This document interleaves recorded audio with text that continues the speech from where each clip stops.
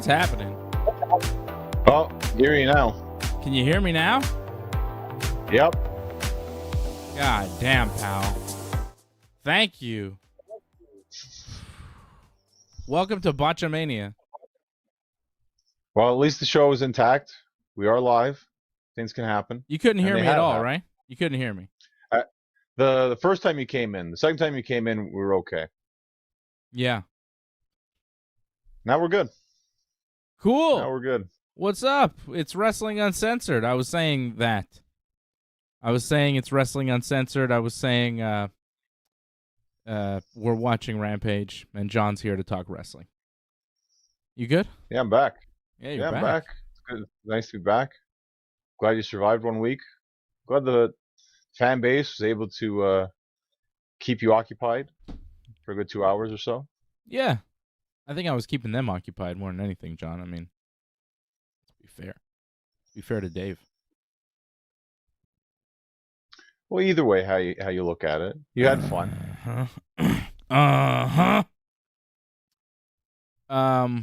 Yeah, so you were not here last week. You had a wrestling match, and the match went well. Did you win the match? Yeah, I won the match. Ooh. I wrestled a guy by the name of Vance Nevada, and he had been wrestling close to like 30 years now. He's going to be retiring in November, so I was one of his last matches. So that was quite the honor. Wow. Get to have that in Smith Falls last Saturday. Vance Nevada. There you go. He happens to have written a book that I picked up at the show as well. I don't know if you can catch that or not. See it? Uncontrolled Chaos. Yeah. This is pretty much about the legacy of Canadian wrestling. Cool. You're looking it up. Yeah, that's him. There he is. That's him, all right. Big Vance. Yeah, he's a pretty big guy. Yeah. Cool. So he's got a book he's out. wrote a book about Canadian wrestling and pretty much covers every province in Canada, the history of it, up to 2021. So, like, a lot of the wrestlers, Jeremy Prophet, former co-host of Wrestling Uncensored, has his own, like, section in the book. The Rougeaus have it, Ledukes have it, Drew Onyx has it. I'm listed, like, as, like, the championships that I've won. Because he has all the championships won ever in Canada. Wow. In the promotions. Yeah. There's a huge list.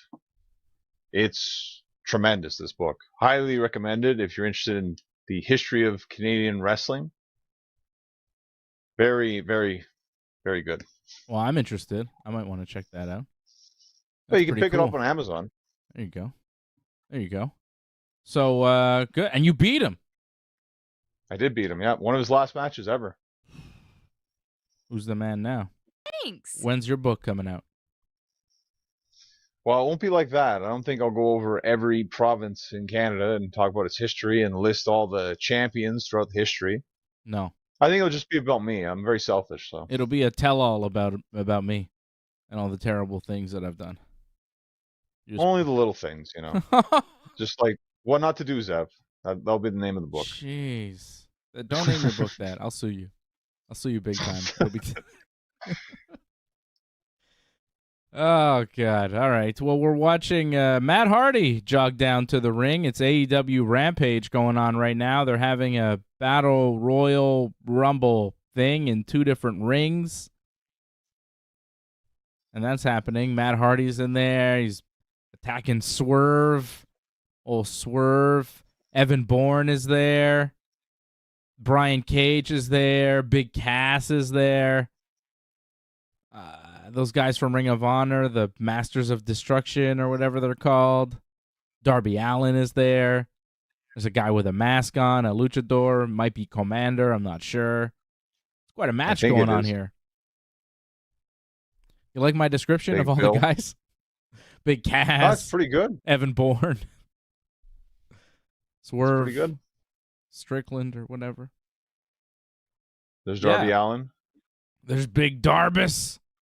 Big Darby Allin, pal. It's a lot of beef. I think his buddy Nick Wayne already got eliminated, looks like. Nick Wayne already eliminated from this thing. It's some sort of battle royal they have, and who's coming out now? Is that? Oh, it's Daddy Magic, Father Magic, the father of Magic. There's two daddies in AEW: Daddy Ass and Daddy Magic. So they've changed. It's not Matt Menard anymore. Just Daddy Magic. I think it's Daddy Magic Matt Menard. That's what they said on the graphic. Okay. Here he is. Good Montreal wrestler, Daddy Magic. There he is. Oh, Matt Seidel's gone. Oh, yeah. Matt Sydal. That's his name. I couldn't come up with his AEW name, so I just called him Evan Bourne. Remember his WWE slave name. That's it. It's good to remember those ones. Slave name. How dare you? That's offensive, I think. We're watching AEW. It's all right when you say it like that. What? I don't know. Somebody else is coming out. Man, these people come out of the thing to do their entrances real fast. It's not 2 minutes. It's like 30 seconds in between guys. Here's Double J. Jeff Jarrett coming out. And you think I'm joking, but I'm not. It's actually Jeff Jarrett. You know? He's got the crew with him. It sounds like a joke, but it's not. There's Jeff Jarrett with his wife, Karen, and the giant guy, Satnam. No Sanjay. Maybe Sanjay was out with Jay Lethal. I saw Jay Lethal in this match before, but he's gone. Ring of Honor's doing a pay-per-view tonight, too. They got a lot going on in this company. Almost finished now, because it started like at 7, no? Right. So Tony Khan owns Ring of Honor and AEW, and he's running shows opposite each other. His own show is opposing his other show. Yeah, pay-per-view. Would you rather it air on a Saturday where it's going to be against Collision? Like, I would rather every wrestling show was like 1 hour a week, and then that was it. Because they're just they're overdoing it, man. I mean, how good would the shows be, though, you know? They're overdoing it so much. I was thinking about that today. I was like, you know, the wrestling audience is getting smaller and smaller all the time. You know, it's not like it's growing. Look at the numbers. Overall, year for year, wrestling is like, it's not a growth industry. Yet they keep producing more content. That the fans unanimously go, why? It doesn't make sense. It's funny. Like, they're making money and all. They're making money and attendance is strong, but like as far as the interest and their TV ratings, it's like, it's not like it was. Of the overall global interest in pro wrestling? Well, I just think in terms of television, it's like, do you have to watch it live? I think people are more into like, I'll watch it later kind of thing now. Because you can. I mean, I watch everything on demand now. I think people now are less watching wrestling and more consuming wrestling through other means, like watching clips on Twitter, on Instagram, watching shows like ours that just kind of wrap up what's happening in wrestling so you don't actually have to watch it. Right. I think that's how most people are consuming wrestling. Because there's no way the average wrestling fan is watching that much wrestling every week, you know? It doesn't make sense. Like you guys in the chat, Ryan Katz, I see you, Alex Tarras, Jimmy James. Are you guys actually watching all of these shows? Like, you can't be watching everything, right? And I'm certainly not watching everything. Dedicated. I'm watching a lot. I'm pretty dedicated. You're pretty dedicated, you know, because we do this show. And we've got the members that support the channel over at join.ringsidereport.net and everybody that hits us up on Super Chat. You know, like I feel responsibility to the people that watch the show. So I watch the wrestling shows so that I know what's going on and I can tell you what's going on. Otherwise, I'd have no content, right? Right. And, like, it's tough for me, and I'm not watching everything. I don't watch NXT. I'm not watching this Ring of Honor pay-per-view that's happening tonight. I watch SmackDown. Right. You know, SmackDown was on, so I'm watching that. I watch SmackDown, I watch Raw, I watch Dynamite, I watch Rampage, and I'm skimming through Collision, to be quite honest. You know, like, it's tough to add in another 2-3 hours this week of pro wrestling. 3 hours? Like, I was more invested in the UFC show on Saturday night than I was on the AEW show. That's only because it was on TV, though. That's the problem in Canada too. Like the AEW shows are spoiled for me because I know what's going to happen. I know the results by the time the show is available for me on TV because I record it at like midnight when it's on TV here. Right. And then by the time I wake up Sunday morning, I have the show recorded. I already know half the results by skimming through Twitter or whatever, right? So it's less interesting for me. So Collision is kind of, it's not really. It's the best show right now, though. I'm not really watching it, and I know it's good. Like they have good stuff on it, and I'm skimming through. Like I watched that FTR and Bullet Club match, but I didn't watch any of the rest of the show. I know Ricky Starks cheated to beat CM Punk, and I'm sure the match was fine. But like, I mean, I've seen a million good wrestling matches. You know what I'm saying? Right. Like, I'm good. I don't need to see all of them. I don't need to see all of them. You know? I do recommend rewatching the FTR Bullet Club match because I told you this off air. That may have been one of the best matches I've ever seen. Like that was that good. So yeah, I'd rewatch that one. Yeah, you really loved it. I mean, I liked it. I wouldn't say greatest matches I've ever seen. You think it's match of the year in AEW? All of pro wrestling? It's definitely up there. Like again, I don't know if it's the best match I've ever seen, but it's definitely a candidate right now for match of the year. No question. To me, one of the best tag matches too ever. For me, right now, we're like 7 months into the year, right? We're nearing fall. I mean, let's be honest, right? So we're kind of getting towards it. And to me, the number one match that I've seen all year was that MJF Bryan Danielson Iron Man. I didn't see anything better than that so far this year. I've seen some really good matches, but that was like a cut above. And the FTR Bullet Club match was good, but you know, that MJF Bryan Danielson match is going to be hard to beat, I think. Yeah, again, it might go more in terms of like what you prefer more. Where I think that one was more of a ups and down roller coaster thing, where this one felt like the story grew throughout the match. And because it was 2 out of 3 falls, so it felt like you had 3 different stories with each fall. So it's different for that, but I was just impressed with the fact that it's like close to an hour, that match. And for me, it felt like I was surprised we were at 30 minutes by then. When they said like 5 minutes left, I'm like, really? Wow. That went fast. That tells you it's a good match. Well, they're very good. They're very good wrestlers. All 4 of them, right? 4 of the best in the world. FTR is probably the best tag team in pro wrestling. And they're proving I think so. Right now? I mean, who else is there? Well, I look forward to that match, even though I'm not big on the whole Adam Cole MJF, the build-up stuff. I mean, it's over. And I think that match, as long as they let us have a wrestling match, I think it could be a very good match. I'm really into that. The Adam Cole, the angle? The Adam Cole MJF against FTR. I'm really into. Okay, yeah. Because there's a lot of drama and stories going into that I like. But I also like how over Adam Cole and MJF are. Like the cheesy comedy segments I'm not super into, but when they come out, they do their entrance. You know, they had that blended theme song. Right. And then they won. They beat Guevara and Daniel Garcia. Yep. I like that. I like that a lot. And I liked MJF slapping hands with the fans and being a total babyface. I thought that was really, like, it's funny. And they're so over as a tag team right now. You know, it's the biggest selling t-shirt. They have the biggest selling t-shirt in all of AEW, and I think it's the biggest selling shirt that they've had all year. So it's tough to break them up now if you're AEW.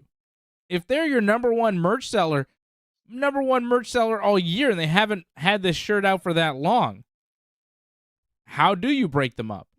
And I thought that maybe you would break them up in this match on Wednesday night, but they kept it going. They won the tournament. They beat Garcia and Guevara. And now they have a tag team title match against FTR, which is super interesting for a couple of reasons. One, FTR Bald said a lot of mean things about MJF on his podcast. He seems to not like MJF in a real way, right? Dax, yeah. Dax, yeah, I know. But he calls himself FTR Bald too sometimes. I just think it's funny. FTR Bald, FTR Hair, you know? Dax Harwood. I know his name. Dax, or as he was previously known. Again, we're not going to WB slave names. I don't even remember what he was previously known as. Dax and Cash, all right? I know who they are. But Dax, on his podcast, which was a very good podcast that he had to stop doing because it was too good and he got too much heat, right? He buried some guys, yeah. Yeah, and one of the guys he buried was MJF. A little bit. I mean, he said he really didn't like MJF, and I don't know how real that was, but man, when they were in the ring together and MJF and Adam Cole are there and Cash left and Dax was just in the ring, like, talking shit to MJF and getting in his face, I was like, oh, this feels a little bit more intense than your average stare down in pro wrestling. You know, there was a little something extra there, and it made me feel like, oh, there might be some heat. And Adam Cole is buddies with the Elite. He was teaming with them a lot. I don't think that they have had a falling out in any way. He's friends with the Bucks, and they're keeping the Bucks and Kenny as far away from FTR and Punk as possible still in AEW. That's still a thing. It's still the elephant in the room of AEW that they just can't acknowledge, right? Which kind of sucks. But Adam Cole, like, he's as close as it gets, you know? You're not going to get Hangman against FTR in any kind of way, I don't think. But Adam Cole is like kind of, he's with them, but he's not really with them, so I guess he's cool enough with FTR, but there's something there too. So I like this matchup for the drama and how are they going to put this match together and what's this match actually going to look like when it does happen on July 29th on Collision. And I'll definitely watch Collision on July 29th, which isn't tomorrow, by the way. It's next Saturday. Next week. We got to wait. Yeah. Oof. Darby just got powerbombed on a skateboard. He's still in this, though. Wheels up. But this is a match now? Because it's Swerve and Darby. So they had like a battle royal. Swerve and Darby wound up at the end.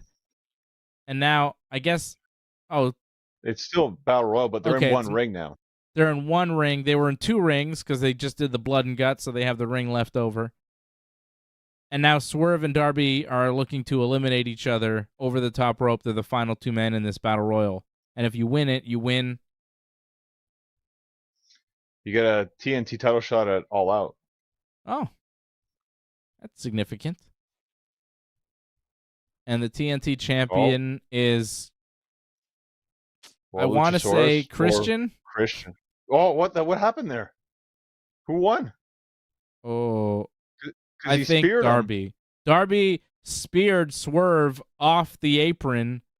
They both crashed to the floor, but I think Swerve's feet touched first. That looked close, though.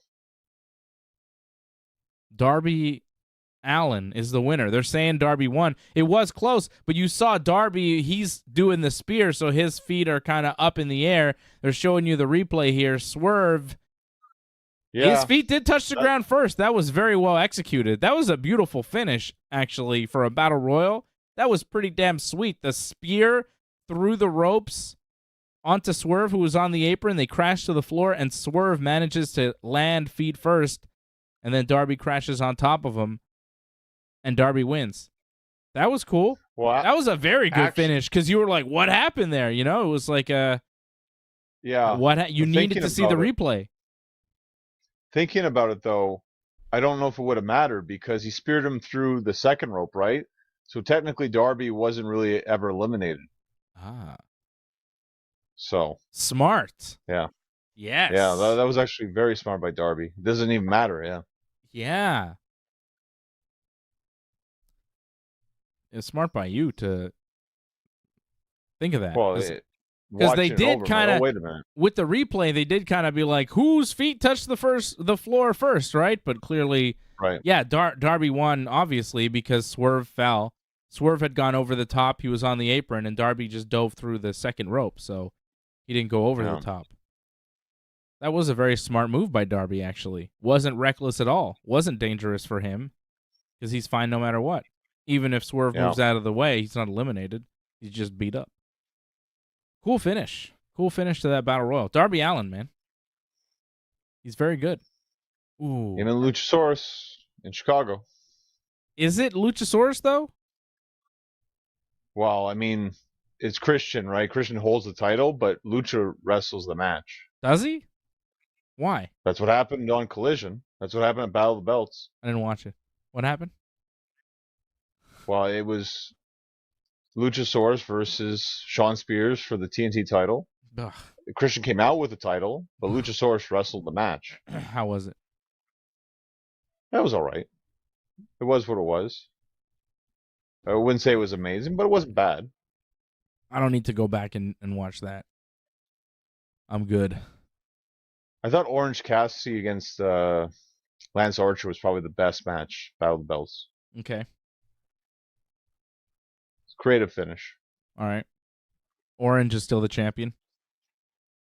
He barely squeaked by. Like, he had to kind of use whatever means to survive Archer, pretty much. He won by countout. Countout? Yeah. Because the idea was that they were both on the apron, and I think they were at 8 or something, and he kicked, I think, Archer's hand off, so Archer fell off the apron, and then Cassidy went in the ring, Archer went out of the ring, and he got counted out because of that. Okay. Well, I didn't watch too much of that stuff. Ricky Starks and Willow Nightingale won the Owen Hart tournaments. I didn't think either of them would win. I thought Punk and Ruby Soho would win, but they didn't. They both lost. So is Punk now going to feud with Ricky Starks over Ricky Starks cheating to win the thing? The Owen Hart tournament, which gives you nothing for winning? I feel that from what it looked like, because Jushin Thunder Liger was there to hand the trophy over to Ricky Starks, and Ricky Starks just like ran past him and didn't like shake his hand or anything, and Jushin Thunder Liger was like, what the heck? Yeah. So I know Liger retired, but it feels like they might have him come back and maybe feud with Ricky Starks. Oof, I doubt it. I think he's retired. Yeah, but all in 90,000. Yeah, I think you get Liger to do one more match. Maybe. But I feel like Punk would be the one to go against Ricky Starks. What else is Punk doing? Well, I think Punk and Joe, you can do that again. Okay. Where's Miro? Yeah, I didn't see Miro anywhere. Maybe he doesn't like going to Canada. I thought he was supposed to be on Collision. Yeah, he was on Collision. He wrestled like once or twice. Yeah. Yeah. They just gave up on that. They had something for him, but I don't know if they thought long term what they're doing for him. Yeah, his AEW career has been very weird, right? He had a good TNT title run. That was about it. Yeah. After that, he kind of disappeared. He disappears, that guy. I don't know. Jungle Boy beat Hook after the ref got bumped, and Jungle Boy, who's now going by Jack Perry, and he's got a new theme song. He's got the Beethoven going, changed his look. He buried a Jungle Boy of sorts in a promo video before he came out for his match. And then he hit Hook with the FTW belt while the ref was down to get the pinfall on Hook in the opener of Dynamite this week. Jack Perry, new FTW champion. Whatever. Kids table. Next. Well, I guess it was something because they wanted to give Jack Perry something because he's never really had a championship. So that was a way to give him something. And it's Hook's first loss, if not mistaken. So it's not the end of the world for him. Something for him to fight back for. So yeah, I don't think that thing's over. I think we're going to see Jack Perry Hook again. Yeah, probably. I I think the most important thing that happened on Dynamite this week was the Blood and Guts match, probably. The MJF stuff was pretty good. MJF and Adam Cole getting the win over Garcia and Guevara. What did you think of the dance-off that started the match? I hated it. I thought it was really stupid. Okay. Oh, yeah. I'm like, it took me out of the match, actually. I'm like, I didn't want to watch the match after that. Didn't think the match was bad, but I just had a bad taste in my mouth because I watched that stupid dancing. Why? I just thought it's okay for Sammy and Garcia to do it. That's their thing, you know. They like to be goofy, sports entertainers, but for MJF, Adam Cole to do it backwards, like right at them, like it just felt like this isn't a fight anymore. Like, well, you can't take. They started by showing their dance moves. You see, I liked it. I was entertained by it, and I knew that a lot of people would hate it. But it's just what wrestling is today and how it's changed, and it's really no different than the pose down that used to happen in so many matches back in the 80s and 90s. Like when guys would be very muscly and they would like flex at each other for a while.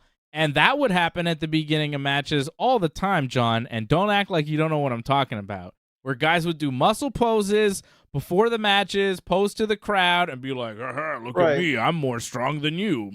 You know, they would do that a lot. And that was silly. And if the wrestlers started doing that today, people would laugh them out of the building and it would be totally ridiculous. And it's less entertaining than, you know, Daniel Garcia's little dance thing that he does. I like Daniel Garcia's dance. I find it entertaining. And I liked when he slid in between Sammy's, I want to say legs, with his head there popping out, and he did that little smile. It was a good little... It was a good little gimmick. Yeah, Buff Bagwell and Scott Steiner used to do pose downs before matches. Rick Rude and Ultimate Warrior had a whole thing. Like, it happened a lot, and it's just the modern day pose down, the dance off. It works depending on who you are, kind of thing. Like, it made sense Disco Inferno would dance. It made sense the Honky Tonk Man would dance. But not everyone did the flex. They had their own little thing. Like, it made sense. Daniel Garcia, Sammy Guevara, they dance. They do that every so often. That makes sense. But MJF, Adam Cole, they don't really do that. But, oh, no, we're just going to do this anyways. And we're going to go out of the ring and play the dance music. Yeah, MJF played the music. But MJF and Adam Cole are kind of a silly, goofy tag team at this point. They're like happy, ridiculous baby faces. They can be silly, but they can also be kind of serious too. And I felt they took it too far there, by going way too silly by doing the whole like I'm going to play the dance music. Like, time and a place. It just wasn't the right time for it. Like, that was the time to see a fight, and I didn't want to see a fight after that. I thought the match was pretty good. I liked it. I liked the dance-off. I thought it was all good. Cole and MJF won after the double clothesline that MJF has been pushing for a while. They hit it, and they won. Jericho was doing commentary, went to console Sammy and Garcia after the match, but they kind of laughed at him and walked away from Jericho. So it looks more and more like Jericho will join Don Callis, as he was seen a couple of times just hanging out with Callis during Dynamite. Cole picked up the AEW World title after the match and was kind of looking at it, and MJF got mad and then took the belt from him and said, "What the hell was that?" And Cole's just like, no, I was going to give you the belt. It's all good. And MJF is like, okay. And then they hug, and Cole turns away, and then MJF face just kind of drops like, like, I know what you're here for. Drama. Yeah, there was the drama there, which was very good. And then FTR came out, and they did the face-off with Cole and MJF in the ring, and they faced off for a while, and they talked smack for a while. And then MJF and Cole's music hits. And I don't know if you noticed, but Dax went right at the camera and goes, "Next time, hit our music, Tony. We're the damn champions." And he seemed mad. I heard that. Yeah, I heard that. And he was right, too. I mean, like, they're the ones coming in. They're the champions right there. Like, shouldn't their music hit? Like, it kind of makes sense, but who's more over? The other who's the world champion? Who's more over?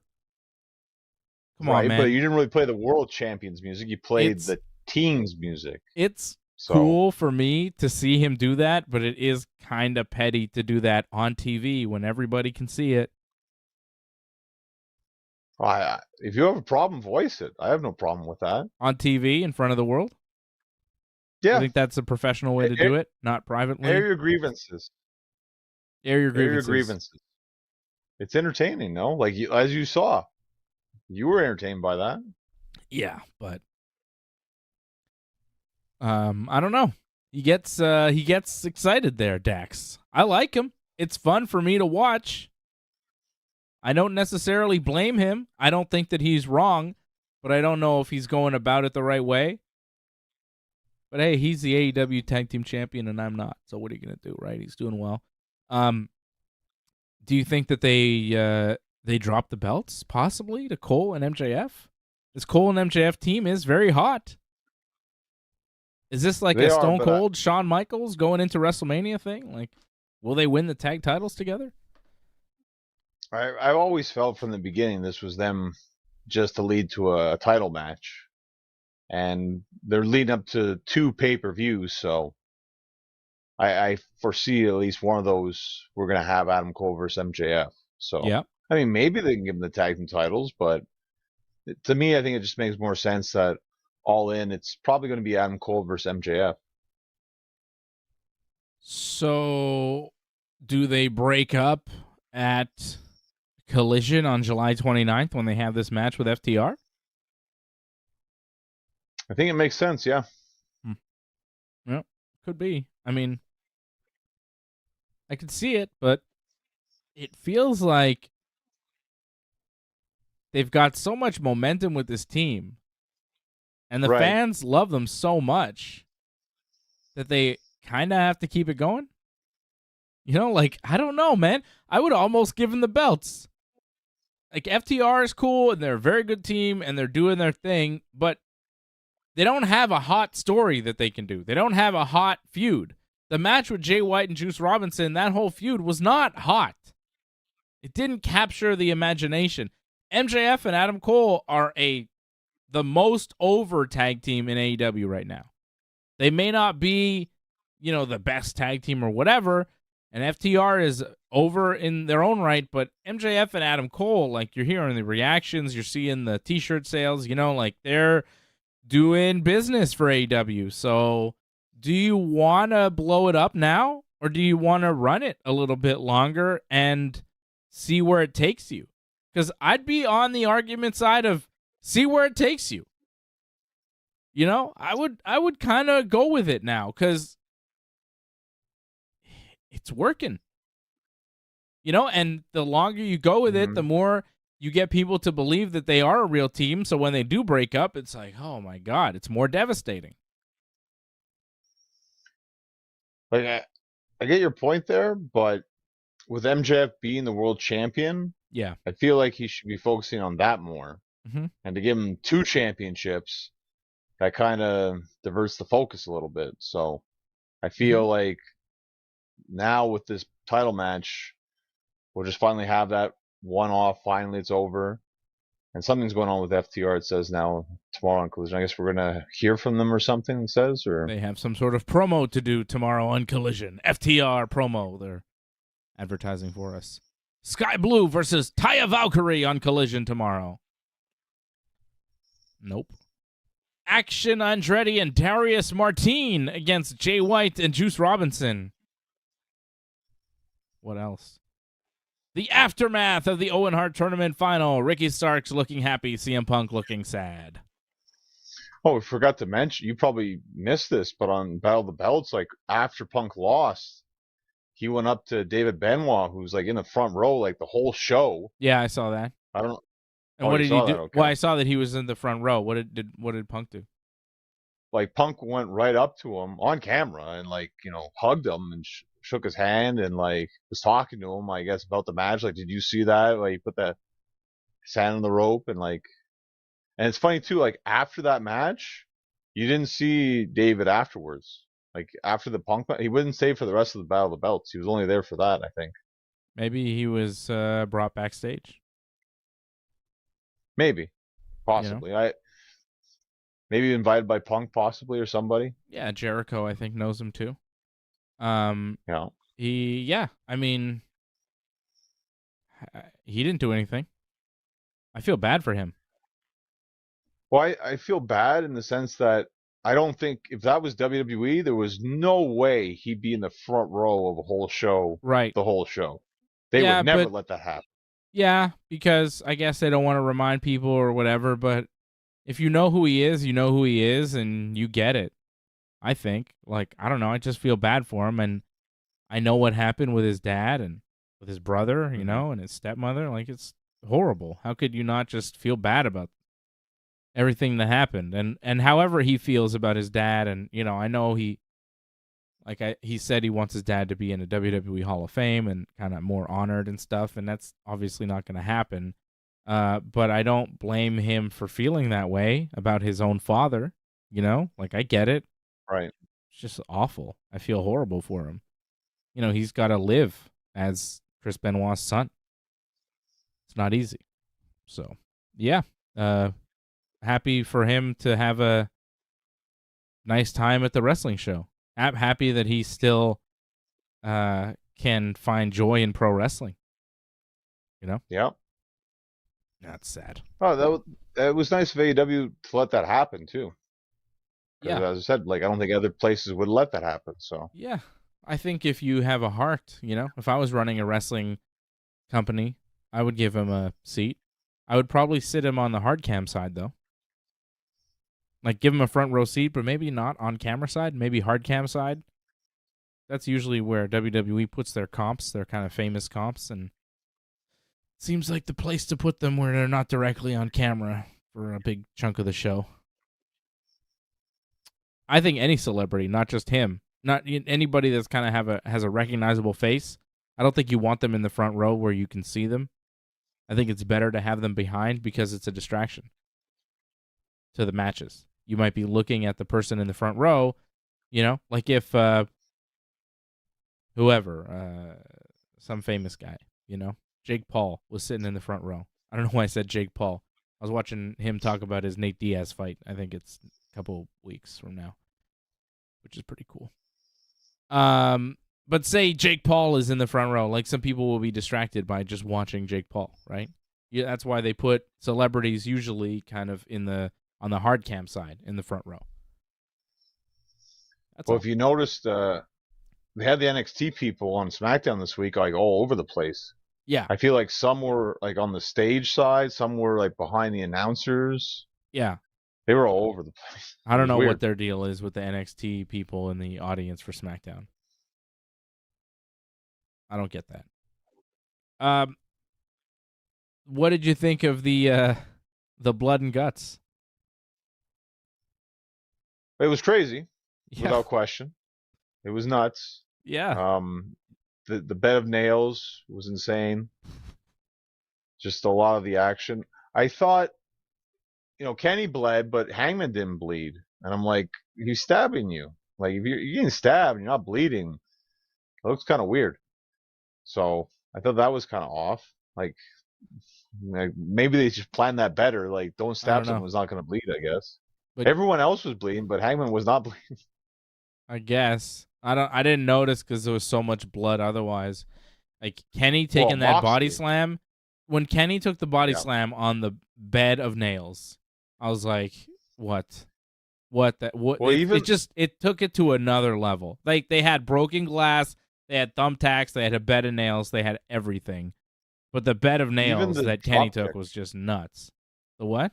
But even the drop kick he took, and then he fell awkwardly to the side, and like he tore his like arm like on the nails. Like I think that probably hurt him more because you could tell like he was like late reaction on that one. Those ones can hurt more because you weren't planning that, but you just roll a little bit and it tears more in your skin. It was quite violent. It was fun. Yep. Fun. I don't know if it was fun for all those guys, and I question doing something like that right before you have a pay-per-view with some of those guys. Like you're putting Claudio and Pac in the main event tonight, and Wednesday they had to do that match. Like that's a lot to ask of them. Like I would have maybe planned that a bit differently. Maybe not have them so much, but I mean, kudos to them. Like, wow, that's not easy to do. Like that kind of match, and then, oh, you guys got to wrestle the main event of Ring of Honor pay-per-view. That's a lot. It's tall order. And that match was already booked? Pac and Claudio? I think it was booked off that match. Off the Blood and Guts. So they booked the main event of their pay-per-view off a match that happened Wednesday. They booked the Friday night pay-per-view off a match that happened Wednesday on AEW TV, not even Ring of Honor TV. Well, because I think Claudio's original opponent was injured. It was Mark Briscoe. Oh, right. Okay, yeah. But he got hurt, so they had to change plans, so... Pac left the match at one point, decided to bail on the team because he started arguing with Claudio, which left the Blackpool Combat Club at a disadvantage. Moxley got handcuffed to the ropes. Takeshita, at that point, got called out of the ring by Don Callis because Callis realized they were getting beat up and it was too dangerous, so it was time to leave. So Takeshita bailed on the Blackpool Combat Club, and then Wheeler Yuta got choked by a chain with Hangman and Matt Jackson just choking him against the ropes, about to kill him. And Moxley gave up to save Wheeler Yuta because you had to either surrender or submit. I don't know. So Moxley was the one who was handcuffed, who decided to call it a night, realized it was 5-on-3 and Wheeler was going to die, so he decided to end the match with the Golden Elite, Kota Ibushi, Kenny Omega, the Young Bucks, and Hangman Page getting the win in Blood and Guts. Yuta was a bloody mess. Wheeler Yuta looked like he had been through the ringer. Pac will wrestle a man named Gravity? Who the fuck is Gravity? That's a match happening on Dynamite this week. Pac versus Gravity. Gravity also, I think, wrestled on the Ring of Honor. I think maybe the pre-show Gravity wrestled. So Blood and Guts was fun. I liked it. A lot of violence, a lot of blood, not too much guts, but that's okay. Kota Ibushi was there. I found Kota didn't really do that much. Yeah. I mean, this is a weird match for him to be in. Yeah, it felt like it wasn't his kind of style. Yeah. Too many guys. He doesn't wrestle these types of matches very often. It was his first match in AEW. It was weird for him to be in this, and hopefully he stays in AEW and we see him in other things. Did you see after the match he just bumped in thumbtacks for no reason and then didn't sell it? He's an odd character. Yeah, I don't know. It seems weird to do something like that. I wouldn't think that's a good idea, but yeah, maybe he felt he didn't do enough or something. I don't know. Yeah. He had a bunch of thumbtacks just in his back for no reason after the match. He saw the thumbtacks, he bumped in them for the crowd, and then got up immediately, didn't sell anything, and was like, haha, and then all his thumbtacks in his back. Yeah, I don't think that's very good, but no.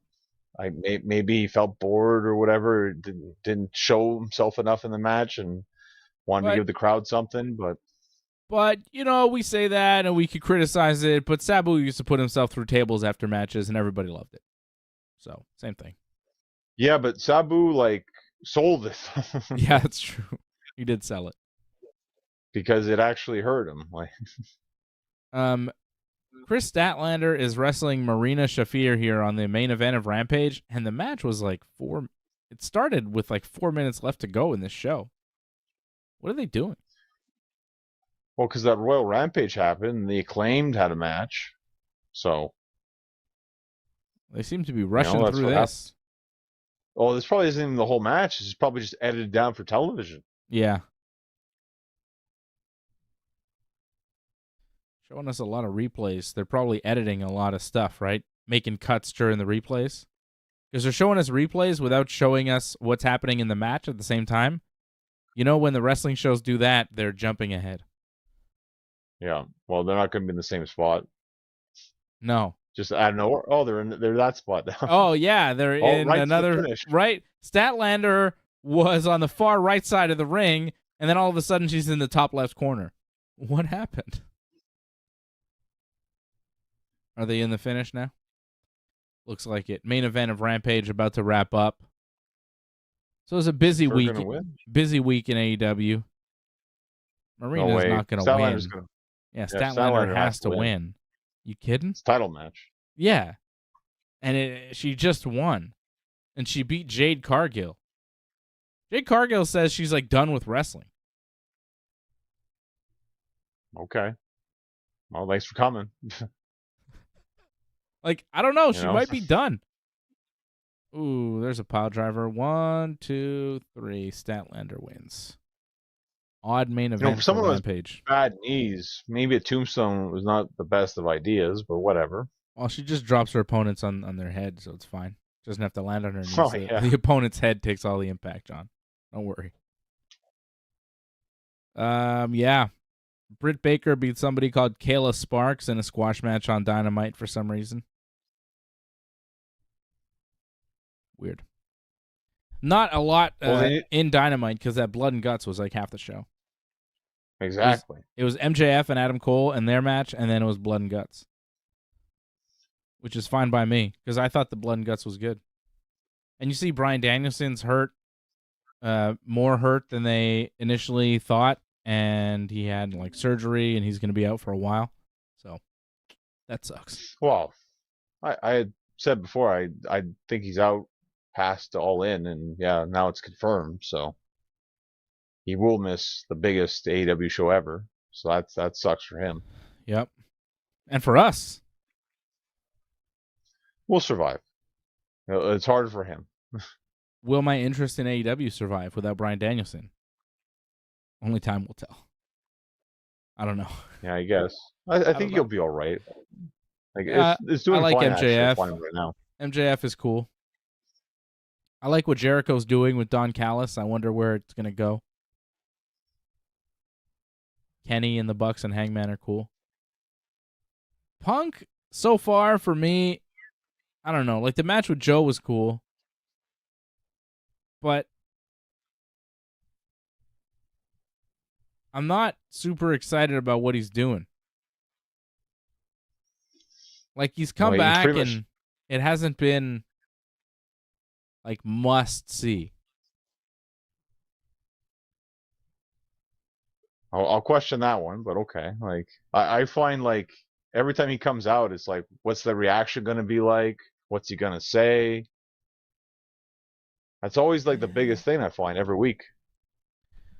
But what's he really going to say now? Because now he's on his own show where all the guys he's around and wrestling are handpicked by him. So it's like he's playing in his own sandbox. It's like not that fun. Rebellious, angry Punk is fun. Satisfied, kind of grandpa Punk is not that fun. That's one way of looking at it, I think. Grandpa Punk. I find like it's a different kind of Punk we're getting now. Because now it's like, is he going to be a face? Is he going to be a heel? It really depends on the reactions he gets. And because it's a mixed reaction, you kind of get a mixed bag of what he is. Which makes him more compelling, actually. He needs like a serious opponent. Oh, it's going to happen. Like, him and Joe, it's not finished yet. And him and MJF, that's going to happen too, I imagine. You would hope. But until we get there, and Joe is kind of like a bump in the road. Like, come on. Sure. It's cool nostalgia, MJF, but it's not serious. Well, you wrestle Samoa Joe and see how it's not serious. I'm sure but I mean, as a fan, like it's not the hot feud that you need to see in 2023. Like it's cool, but I don't think it's going to draw big business for AEW. I think they'll do okay at All In with that. I think they'll be able to draw more people with that match. Is that what they're doing for All In? I mean, who else would Punk wrestle if you think about it? I mean, I'd give him the title match, but I think they might give him the title match at All Out or Full Gear. They don't have a lot of time before all out, right? After All In, It's like a week. weeks. Yeah, it's weird that they're doing that. I don't know why they're doing that. And they still have nothing announced for All In, which is August 27th. So they have like a month. They still have quite a bit of time, but they haven't announced anything yet for their big stadium show, which I guess doesn't matter because they sold it out anyways, right? So who cares? Well, sold out-ish. I think it's like 80,000-ish now. I mean, they can still Pretty get good. 90,000 if they can announce some matches, I think. Yeah, probably. Sting said he'll be there. So Sting and Darby in a match. Okay.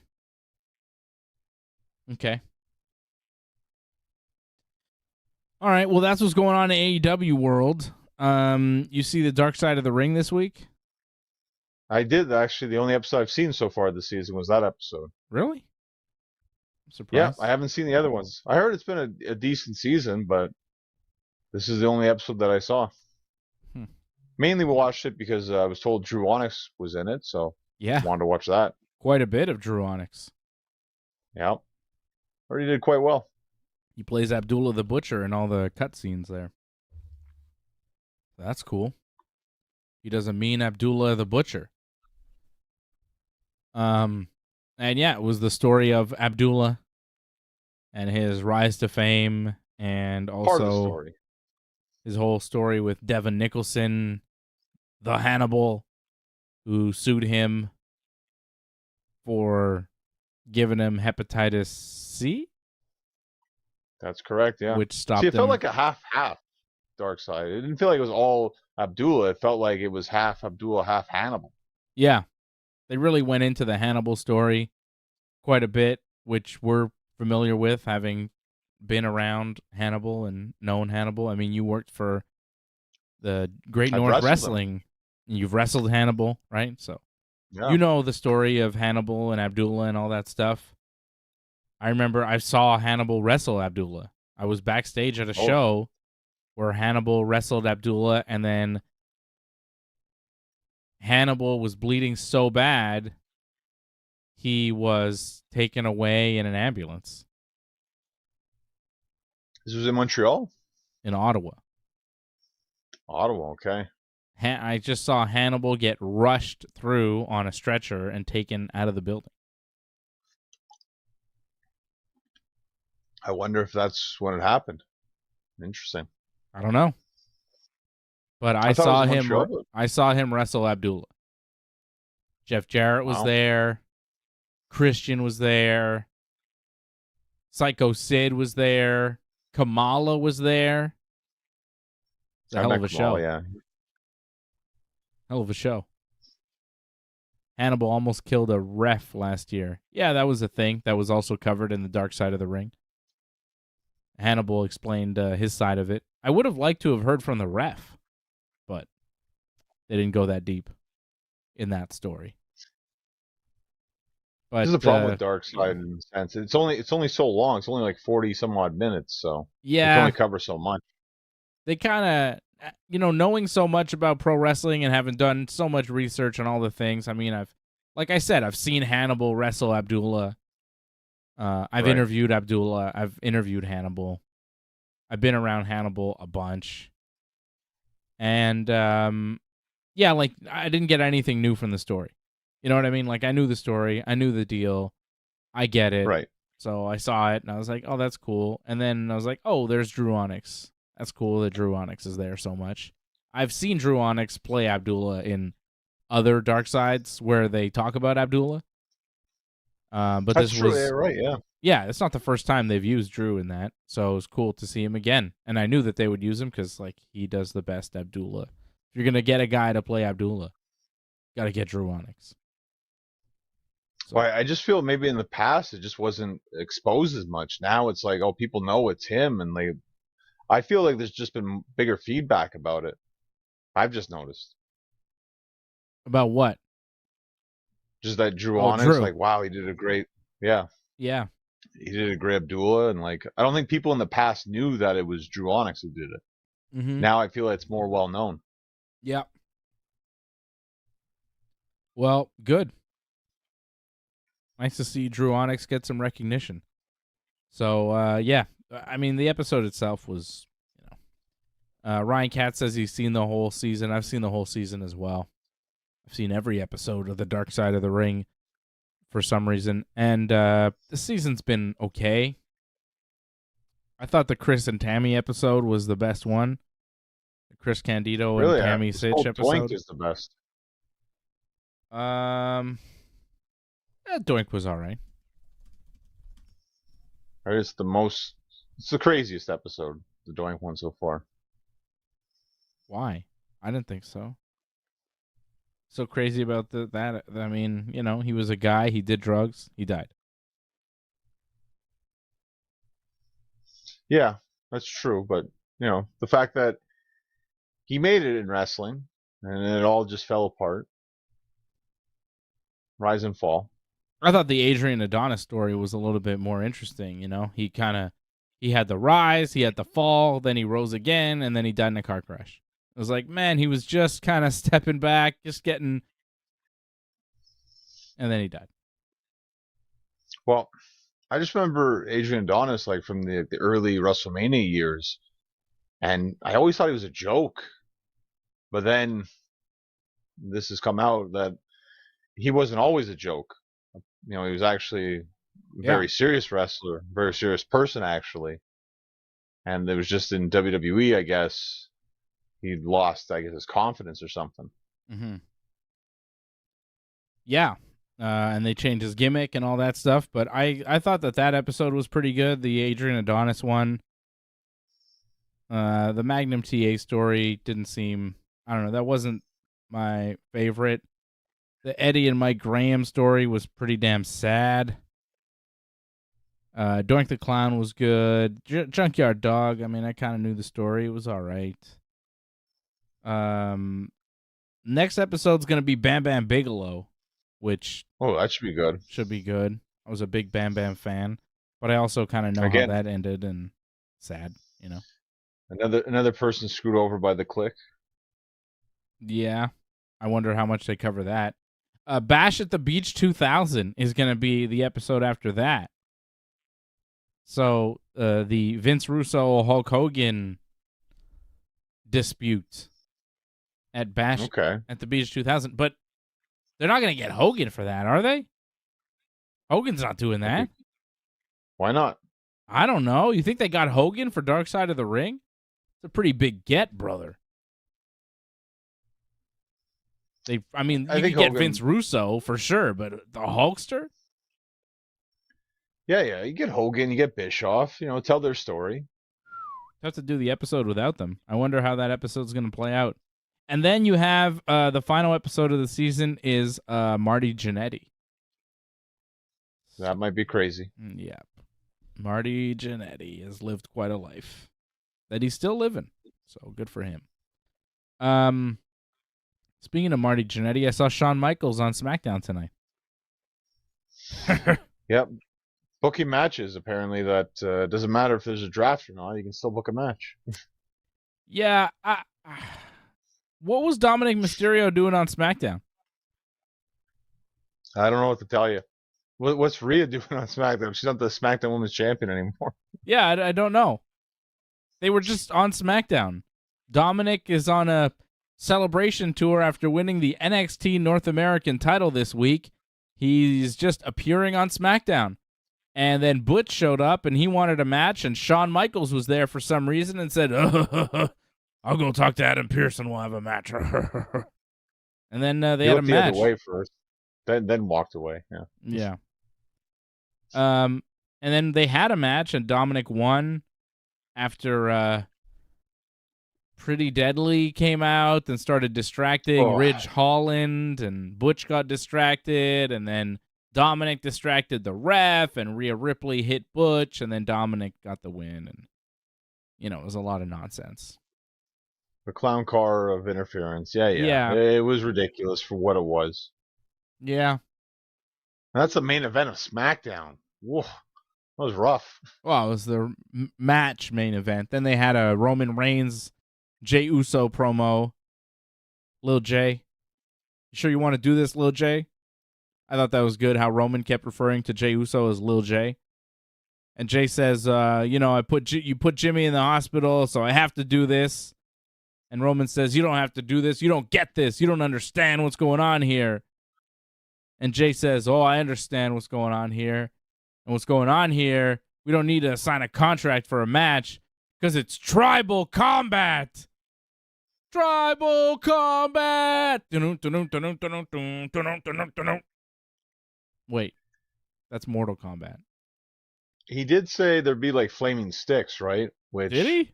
I don't know. I don't know if WWE's gonna have flaming sticks, but flaming sticks shoved up your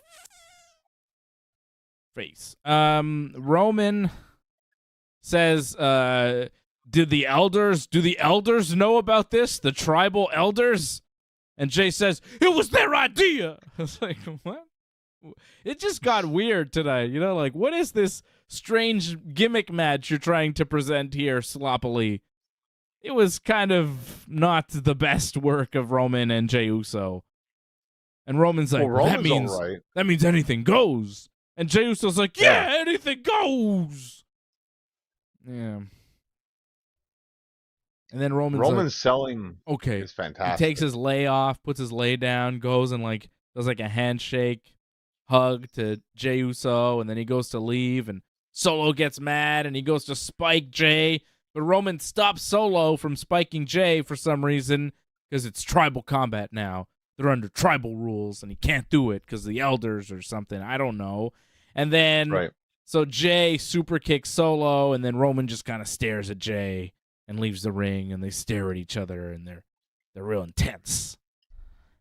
And, yeah, so they're going to have some sort of no disqualification match with flaming sticks? Tiki torches? And that might be the last Roman Reigns appearance until the weekend or the week of SummerSlam. Because SummerSlam is not next weekend, but it's weekend after, right? It's the first week of August. Yeah. So that was it in terms of a build for this match. Really? We have one more week of SmackDown, right? And then it's that the pay-per-view will be that week, the following week. Yeah, well, there are two SmackDowns then. Yeah, well, like what's really going to happen the day before SummerSlam? Like promo. Expecting a lot. Roman will be there. Is it in Detroit the day before too, or Dayton, Ohio? Okay, well, not that bad. No. Hopefully Roman makes the trip to that one. He should. You don't think he's going to be in Albany, New York? Or is it Albany? No, it's New Orleans. They're in New Orleans next week. Roman's not going to be there? They didn't announce him next week. I didn't see anything about Roman. Yeah, usually when they don't announce him, that means he's not going to be there. Well, maybe he'll make the trip to Dayton, Ohio the night before SummerSlam. SummerSlam in Detroit coming up August 5th in a couple of weeks. Rey Mysterio beat LA Knight, Sheamus, and Cameron Grimes in a fatal four-way to advance to a match against Santos Escobar next week, where the winner will get a U.S. title shot against Austin Theory at some point. The main point of that is LA Knight did not win again. Yeah, but he didn't lose, though. I guess, but are they ever going to do anything with him, or is he just going to stay around and lose matches for a while? Like, what's the plan here, guys? Like, how over do you need to get? How much does the audience need to demand you before they finally do something? I was surprised he did not win tonight. And Rey Mysterio won? Like, this has got to be a battle of the LWO for some reason? It was weird. Rey winning was kind of surprising, but I think they're trying to build Santos. And they did that tonight, too, because he beat Austin Theory already. So I think they're going to build him again by beating Rey. And I don't think he's going to beat Theory at SummerSlam, but gives him a run for his money. And I think LA Knight's going to get it, just not right now. I think he's probably going to be the one to beat Theory for the title. It's just not going to be at SummerSlam. I mean, SummerSlam seems like a pretty good time to do it. Yes and no. I mean, I think they already have Big title show. changes already planned. Do they? I would think, no? Like, I don't know about you. Title? Yeah, maybe that for sure. Okay. But I'm also thinking the women's championship. I mean, Charlotte, right? Charlotte's undefeated at SummerSlam. EO cashes in immediately. Okay, whatever. Mm-hmm. But I think a women's title change. Okay. I could see that. IC title change. IC title change. I could see Drew taking the belt from Gunther. Yeah. Yeah. So, that's it? Well, I don't think you need to have too many title changes. Roman's not dropping it to Jey Uso. No. Tribal Combat. I don't think Seth loses the Finn, which I think is ridiculous. It's happening again, but yeah, it's happening again. Played out. It's too much. Yeah, Charlotte winning makes sense, but I think EO probably cashes in right away. Oh, whatever. Like, you know, there will be a title change, I think, though, for the women's title. Whoever wins. You get that 15 times in for Charlotte, then she's one away from Ty and Flair and Cena. Sure.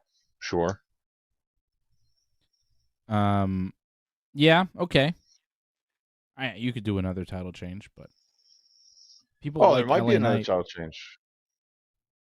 I just feel like if you give it to LA Knight, you might want to put it on a night where that's the only title change, so it makes it even more special.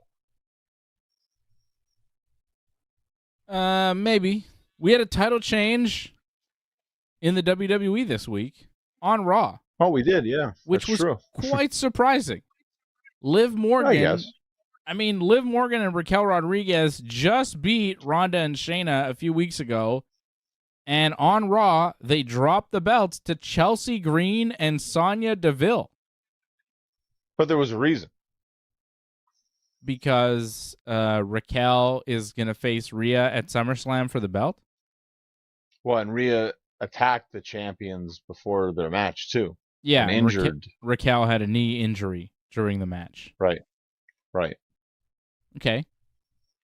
It was to set up the Rhea Raquel match. Doesn't do much for Liv Morgan, but whatever. Apparently Liv got injured on the run-in at the end of the show. I don't know if you caught that or not. No? Because when they went over the timekeeper's area, apparently she may have re-aggravated her shoulder again. Okay.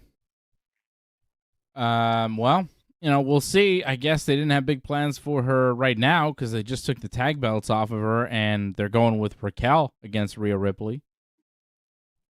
I don't think Raquel will beat Rhea Ripley at SummerSlam, though. Oh, no. No. Doesn't seem like the way to go. The match should be good, and I think Raquel might beat Rhea eventually, but not yet. Rhea is on another level excellent. I tweeted it earlier this week. I was like, man, Rhea is the best wrestler in the WWE under 30 years old. By far. I guess. I'm not, I have to think about all the ones that are. There's not many. But there's not many. I mean, it's tough. Braun has potential, but he's not there yet. Who? Braun Baker, Braun Breaker, Steiner stuff. Yeah, he's 25, but he's not as good as Rhea Ripley. But there's a lot of potential, though. Yeah, he could definitely be a world champion one day. Sure, but he's not there yet, and look where Rhea is. Yeah, that's true. Austin Theory's 25, but he's not as good as Rhea Ripley. No, but he's still decent, though. Yeah. But Rhea Ripley's 26 years old and is one of the biggest stars in all of WWE. You can't say that for the other two guys. No, it's true. She's probably the best, youngest superstar right now, I would say. In WWE. In WWE, yeah. I think the best I mean, wrestler under 30 in the world is probably MJF. right. No Exactly. I think disrespect we're to both Rhea thinking that. Ripley, just ultimate respect to MJF and how goddamn good he is. Yeah. 27 years old and king of the wrestling world. Pretty good. Pretty good. Whew. What a talent, that guy. But, like, you see what Rhea's already accomplished, though. Like, Yep. she may be on her way to being one of the best, or the best women's wrestler of all time. Yep. Like, she has a lot to catch up to Charlotte, but it's not impossible. Mm-mm. It is not. And if she can keep having matches with people like Charlotte Flair at WrestleMania, like those types of matches that she had this past WrestleMania, I mean, that legendary status just keeps going higher and higher. She's the leader of Judgment Day. It was Finn, but she's the leader now. She Farouked him. You know? Well, you know what I mean? I don't know. And you know what I mean when I say she Farouked him. Like, she was the Rock, and Farouk was the leader, but now Rhea is showing that she is the Rock in this group, and she's the leader of the Nation of Domination. And Finn Farouk Balor needs to step aside. He needs to know his role and shut his mouth. That's what Roman said tonight too, didn't he? Like, did he? Yeah. You need to shut your mouth. Yeah. Did he say? He didn't say know your role and shut your mouth. No, I think he said that Orlando, you need to shut your mouth. Jay, you need to shut your mouth. Yeah. I don't know if that was playing into the fact that The Rock might be coming in or something, but interesting. Says things like that. Makes you hope. Grayson Waller said, "Smell what I'm cooking" last week on SmackDown. And he was not on the show this week. It's not a bad thing, to be honest. No. I mean, like, in the ring, he's not bad, but promo-wise, I can't stand listening to him talk. It's very Miz-ish. Oh, it's even worse, to be honest. Like, at least I find Miz can be annoying, but he gets to the point eventually. Like, Grayson, he gets to that point, but man, it takes forever to get to that point. I like when the Miz hosted his Miz TV. He talked about beating Tommaso Ciampa last week. He called him Tommaso Ciampa. And he fixed it. Yeah. But he fixed it, though. He said Ciampa after. Himself. Yeah, but he knows. But then Becky Lynch showed up, and Miz is like, "What's it like losing all the time? You're losing, da-da-da. Have you lost a step?" And Becky's like, "I haven't lost a step." She gets in Miz's face, and, Miz is all backing away. I like that, Becky Lynch. This was the best. Scaring Miz. This is the best Becky we've seen in a while, I think. Yeah. Fiery Becky, angry Becky. This was the Becky that we need to see. And Trish and Zoe came out, and Trish cut a good promo saying, "I'm not going to wrestle you, Becky. I'm done with you. I beat you already." And Becky says, "I've been in WWE longer than you were, Trish, and I've accomplished more, so I think you need to fight me to prove how good you are." And then Trish took offense to that and said, "Okay, I'll fight you under a few conditions. First, you have to beat Zoe Stark." And Becky's like, "Yeah, fine, whatever." Even though Becky did lose to her last week, she seems like she is convinced she can win next week, even with Trish ringside, so we'll see. And but she definitely will, right? And then, so you've got to beat Zoe Stark, and then after you lose to Zoe Stark, you must get on your knees and say, "Thank you, Trish." And then you must get "Thank you, Trish" tattooed across your chest. And Becky's like, "Yeah, okay." Which is pretty big stakes, She's like, "I need a rematch with Trish Stratus." Trish is like, "All right, you got to wrestle Zoe Stark next week. If you lose," and she could lose by disqualification, she could lose by countout, Trish Stratus could distract the referee, and Zoe Stark could hit Becky with some foreign object and pin her. There are a lot of ways to lose. Becky just lost to Zoe Stark last week on Raw. Yet this week on Raw, she's like, "I will wrestle Zoe Stark again, and I am so confident I will win, I am willing to accept tattooing 'Thank you, Trish' across my chest." Which is pretty big stakes. But Becky is confident because she then beat up Zoe Stark and Trish Stratus, knocked them both out of the ring, took Trish's face mask on that protected her broken nose, and threatened Trish and was all scary. But, I mean, if you're thinking about it realistically, right? Like, Becky did lose the match to Zoe last week. And next week, she's so confident that she is willing to put a chest tattoo on the line. She'll win for sure, because you got to do Becky and Trish at SummerSlam. But, yeah, it was interesting. Becky's very confident. Well, it's what she needs to be, though. That's what it's kind of been lacking, to be honest. Like, this whole, like, oh, I was down, I was weak kind of thing. Like, yeah, we don't need to hear that kind of stuff. Like, yeah, okay, like, you've had some bad times and all that, but that's not the Becky that won the people over. Won the people over was the fact that Becky can get beat up and take a beating, but she keeps on fighting. That's what people love. Yep, I thought it was a good promo from Becky. I just thought the logic there was a little like, well, what about, I hope Becky has, like, Becky realistically should have somebody in her corner. Yeah, you know what I mean?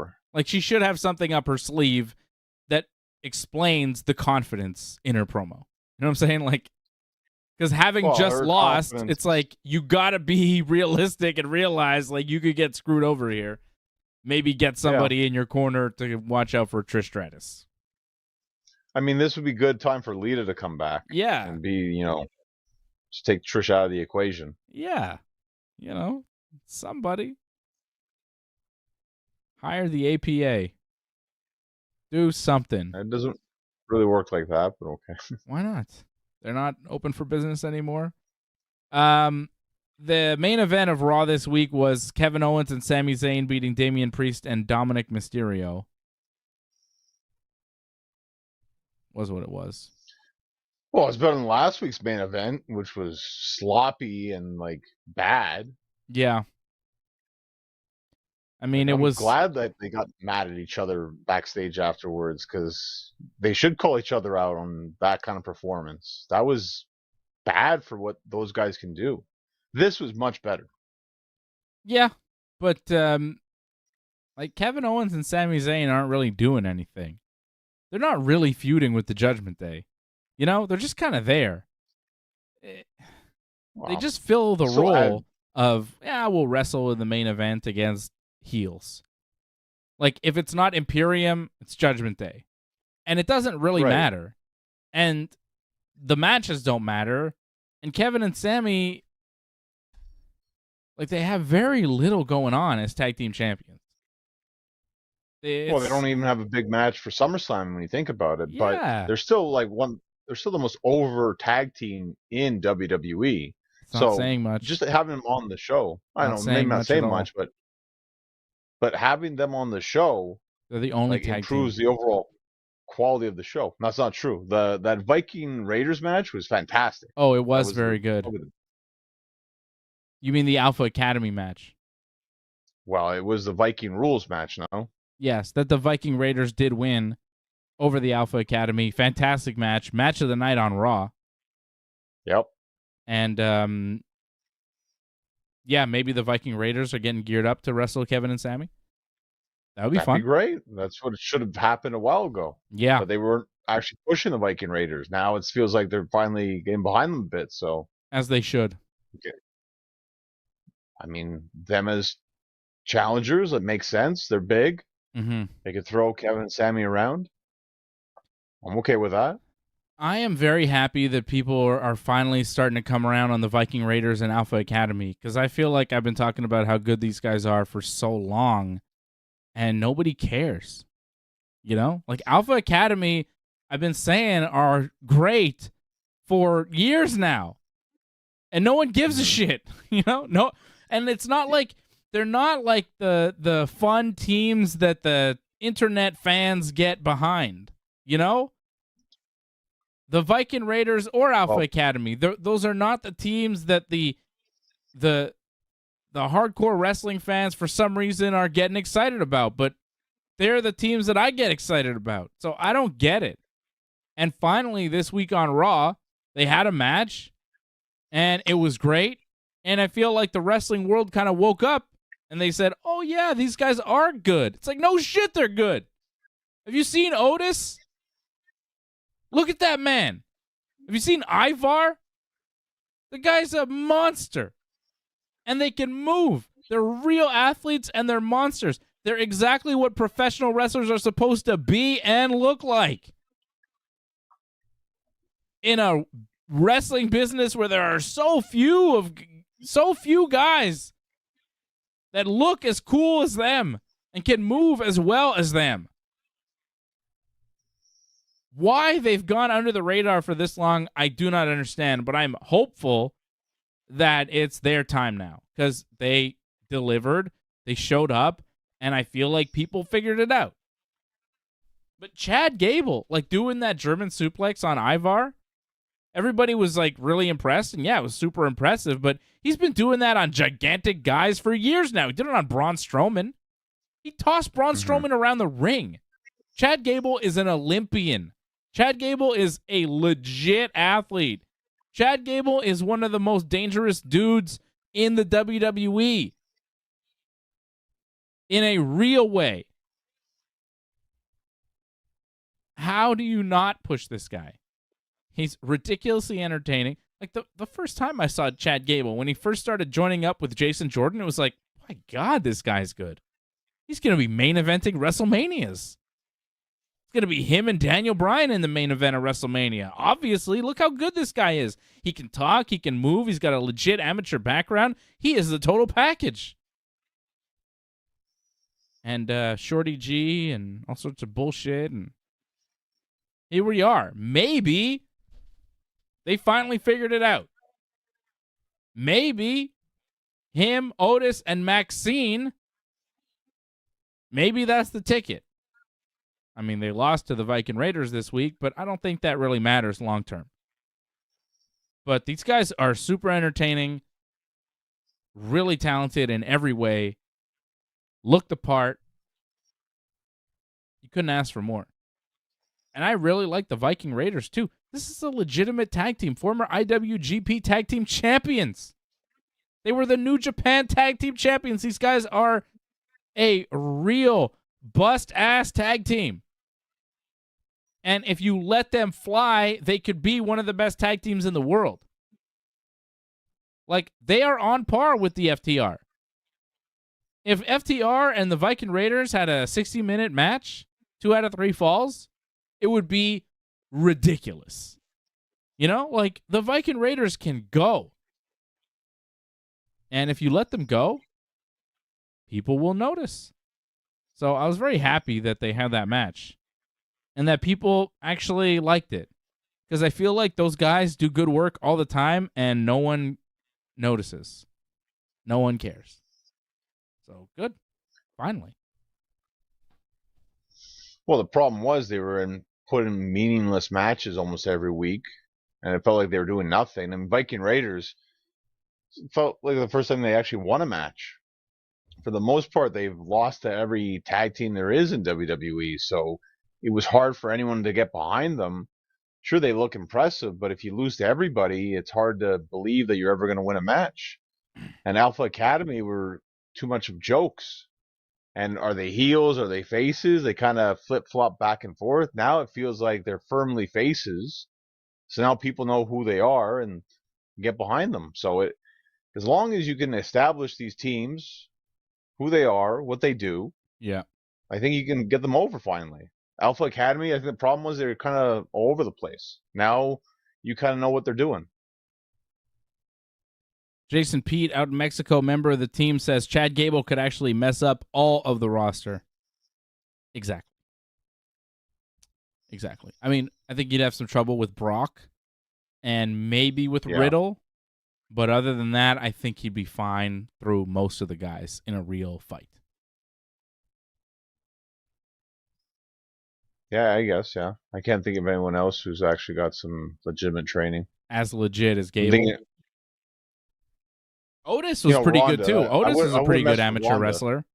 I think Gable would have no problems with Ronda Rousey. He outweighs her by quite a bit, and, you know. I still wouldn't want to mess with her, though. You never No, why would you want to mess with Ronda Rousey? A lot of people have tried and failed miserably.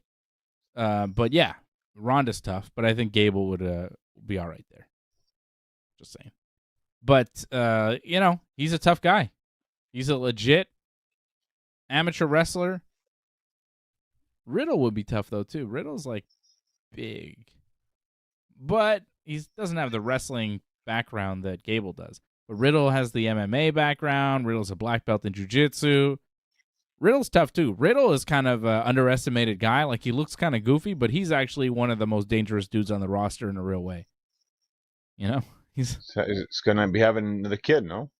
Ooh, yeah. Mm-hmm.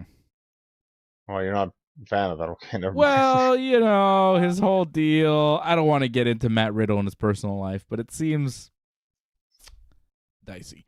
Gunther beat Riddle this week after a nice power bomb and then cut a promo after the match about being the greatest Intercontinental Champion of all time. And if Drew McIntyre wants to ride his coattails and fall victim, then he will fall victim to the Ring General. Fucking Gunther, man. Yeah, I think that guy's the best. Drew's going to win.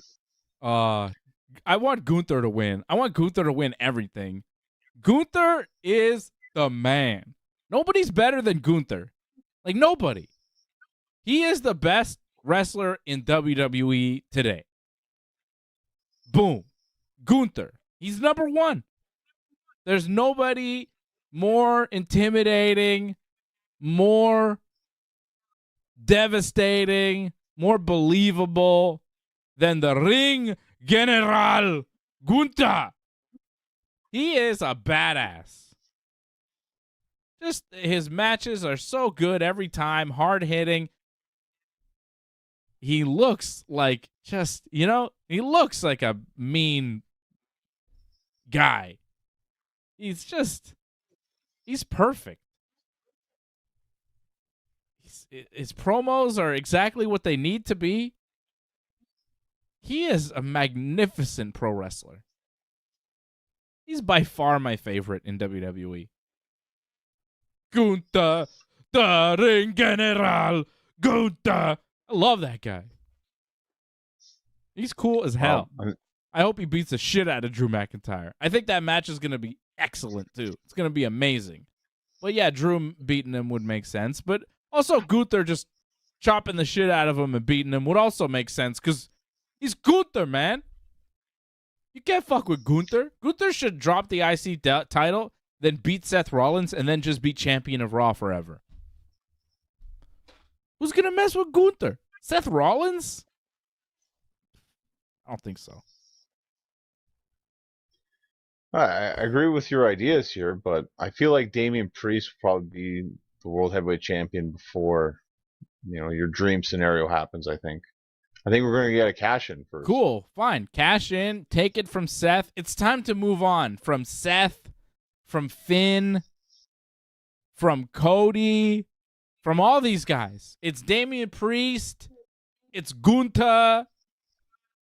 It's Kevin Owens. Those are my world title challengers, Chad Gable.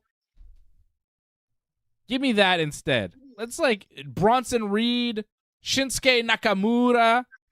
Give me that. Let's just make Rollins and Finn and Drew IC title guys. Change the main event.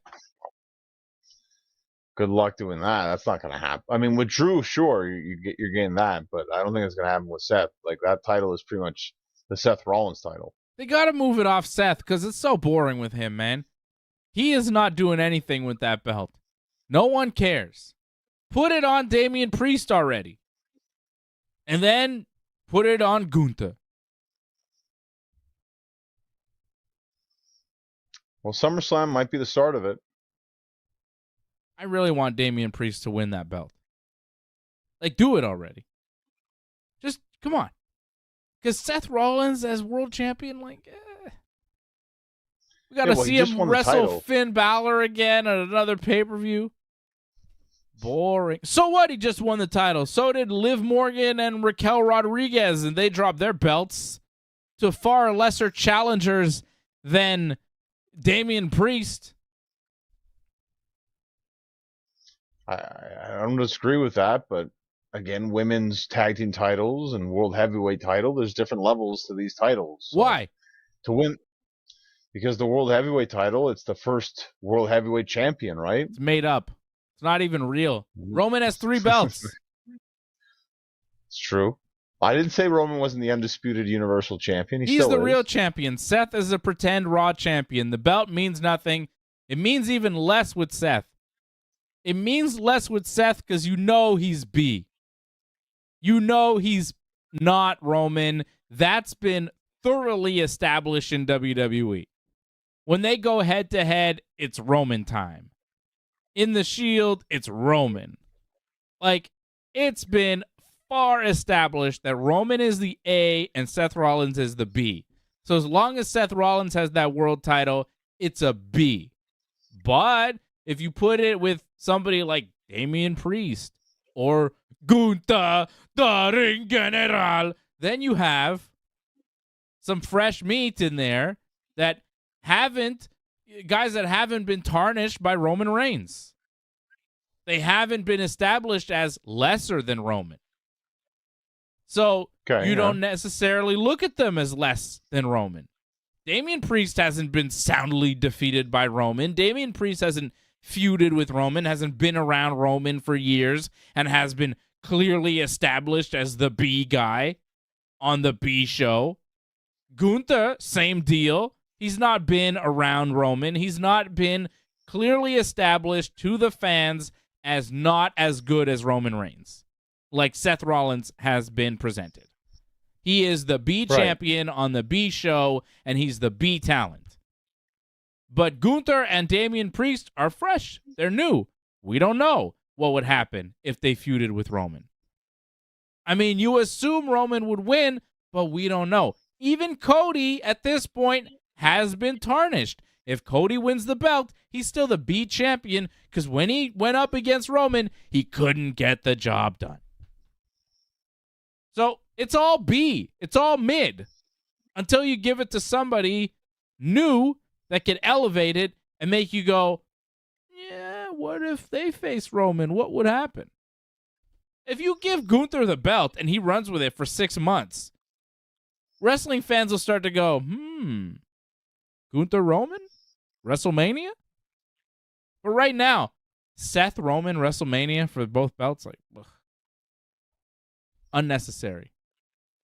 I could see them going there, but you really believe Seth's going to be the one to beat Roman? Well, it's not impossible. I wouldn't ever discount that. I just think Seth are going to give this first World Heavyweight title run a bit longer than what it's been 2-3 months. Yeah. It's going to be a bit longer than that. That's the thing. You're just going to have to hold out probably maybe another 2-3 months. But you recognize that it's B, you know? It's not. Of course. But they got to give Seth the fact that he's the first champion, that he ran with it for a bit. They got to give him a bit of a run here. Because as much as we find Seth is the B champion, they still respect Seth and like want to put him over as a great champion. And by doing that, he needs to have a decent reign. And of course, Seth can actually beat Finn Balor. Roman Reigns needed assistance from God when he beat Finn Balor. Or the light. I think it was just the light. Was it just light? I think it was God. I believe it was God. Roman seemed to be praying. There seemed to be some sort of God helping him win. They never explained that because it was so stupid they couldn't really explain it. The fact that they did that is still astounding to me. How do we have Roman win this time? God. Act of God, brother. That always works. That whole trick in wrestling. God. What? That was crazy. God wrestled before, so. Yeah, I know. Not the first time. Yeah, they brought him back to help Roman Reigns, the heel. But Was Finn he the heel? I mean, he faced the demon, yeah. Finn was a demon, so it makes sense, right? Fuck. This show's so stupid sometimes. Sometimes. All the time. Logan Paul and Ricochet are going to do a thing next week, a promo. Shayna and beat Nikki Cross in a squash. Nikki Cross is just nothing. And then Ronda Rousey cut a promo from the Skybox and says, Shayna, you think that I had an easy way, but what's easier? What you did going through the indies and learning and moving up through NXT to come through the main roster, or get thrown in the back door right at the top, get thrown to the wolves when you don't really know experience, when you don't really know anything, you got no experience, and you're in the main event. So Ronda saying that she actually had a tougher time because she didn't get to progress the same way that Shayna did. And she says that Shayna is mad because Ronda spent less time in pro wrestling just like she did in MMA and surpassed her in pro wrestling just like she did in MMA. And she's the greatest combat sports athlete of all time, which I said, not really, but okay. I feel like you've actually said that one point, though, that she was. I mean, she's up there. She might be. Right. She might be. But there's a lot of competition. Right. I mean, Henry Cejudo won an Olympic gold medal in wrestling and then won the UFC 125-pound and 135-pound championships. Yeah. Ronda won a bronze medal, defended the UFC women's bantamweight title a bunch. Only one weight champion, though, in UFC. Had a longer run at the top in the UFC than Cejudo did, I guess. Did she come back to 140 now? And then went to WWE and, did her thing. But I don't know if you can really consider WWE accomplishments combat sports accomplishments. So, I don't know. I think there's an argument there. Ronda changed women's sports forever. Yeah. Like, I'm not taking anything away from Ronda. But when she says I'm the greatest combat sports athlete of all time, I go, well, maybe. I would say maybe. She's in the discussion, though, which is pretty cool. And she's in WWE. Nobody else in WWE is even in that discussion. Not even Brock Lesnar. Brock's an attraction. Yeah, he's a thing in his own. Will Ronda go back to the UFC after this match with Shayna? I really don't know. There are rumors that she will. I hope she does. Has Dana said anything yet or no? No. But that 145-pound title is totally vacant. So, so is the 135-pound title, which is also weird. Dana hasn't said anything about the two championships that are completely vacant in the UFC right now. Amanda Nunes was the double champ at 145 and 135. She retired. Both titles are now vacant, and it's been a couple months and no movement. I guess it's been a month. But still, they haven't announced any kind of fights or any kind of plan for what's next for the women's bantamweight and featherweight divisions. Maybe a surprise Ronda appearance. Surprise Ronda fight. I could see it. And then Ronda says, Shayna says, I want to fight right now. And Ronda's like, no. And then Ronda says, I'm going to do you a favor and get you booked at SummerSlam. I'll see you in Motor City, bitch. Which is a pretty good line from Ronda saying, I'm going to do you a favor, Shayna, and get you booked at SummerSlam. Because, without Ronda, this match is not happening, and Shayna's not booked at SummerSlam. So, true enough. I think Shayna beats Ronda at SummerSlam, though. And I saw a comment before, I think it was from Ryan, saying how WWE's trying to get Ronda to be the babyface and Shayna to be the heel, but it's not working. And they need to recognize that, because it's not working. Ronda's the heel, Shayna's the babyface. You could actually have a pretty good babyface out of this. If you have Shayna beat Ronda at SummerSlam and then kind of move on, you could have something. Shayna versus Rhea possibly on Raw going forward. But I don't think the WWE wants to do it. But the fans are clearly in one direction. They're backing Shayna and against Ronda. Again. Well, I find each week is kind of different, though. Like this week, yeah, they were behind Shayna-ish. But the week prior, when they had the confrontation, they were behind Ronda more. So it's really about how they present it. And I feel like having Shayna come out and doing these squash matches, it doesn't really get the fans behind her that much. And she just comes out and she has this like mean look on her, like she's not very like appealing in terms of like, oh, I really want to cheer for her. Like, I'm not a big fan of the women that always smile all the time. Like, I find that's extremely annoying, but it does get the people behind them more when they're happy. Shayna is not very happy whatsoever, so I feel that kind of hurts her a bit. Yeah. And when she's the first one who comes out and she's all mean and angry, I see why people would cheer for Ronda because she's going against Shayna. But it seems like they're not cheering for Ronda that much. Well, each week is different. Like, one week they were, one week they aren't. Mm-hmm. Like, I don't know what you're going to get here. I feel like it's going to be all over the place because it hasn't been consistent. If Ronda's leaving, though, shouldn't Shayna win?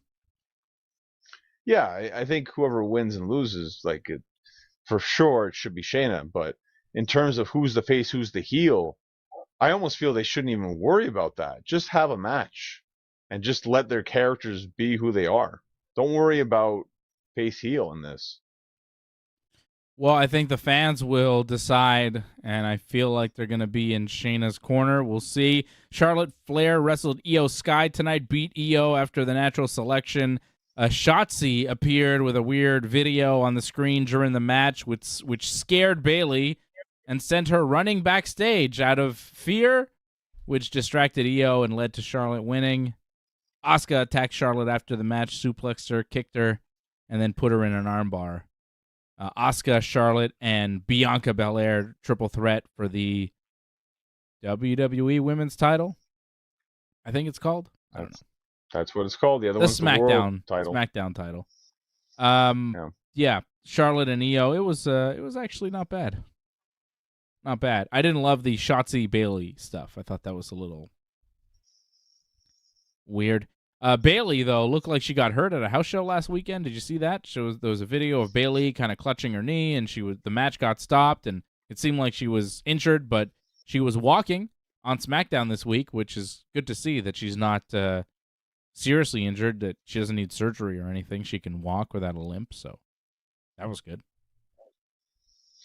Well, you've seen in the past, though, like she was out for a year, wasn't she? Yeah. Because of a leg injury? Yeah. So you could take precautions for stuff like that. It's something that, you feel like maybe popped out or something. It might be a recurring injury. So it's better to stop a match instead of like possibly re-aggravating an old injury, which would be even worse if she's out long again for that. So just take precautions. Don't need to have her wrestle right now. Like, is there really a big match she needs to be in? Not so much. Shotzi. Just continue this. Yeah, but that's a TV thing. That's not a SummerSlam match. I mean, Shotzi shaved her head. They're not going to give her a SummerSlam match? Poor Shotzi. But she can wait for the one afterwards, Payback, right? It's more fitting. Okay. And is Bobby Lashley starting a group? Some sort of possibly all African-American group? Some sort of Nation of Domination deal? Because he had Street Profits talking to them last week during SmackDown and took them on some sort of meeting. And then this week he had the NXT champion and his friend. I don't know what their names are, but they were there, and they are African-American gentlemen. It seems like he's quietly making a group. Maybe MVP and Omos will be involved as well. The Hurt Business maybe reuniting or something. A new Hurt Business. But Bobby seems to be meeting with gentlemen backstage. I don't know what the deal is. They're all wearing suits. They all look very fancy. Street Profits were wearing fancy suits last week, hanging out with Bobby Lashley. But they haven't really addressed it on TV other than showing them for like 25 seconds. So something's going on. I think it's more just trying to get an idea what the audience will react to.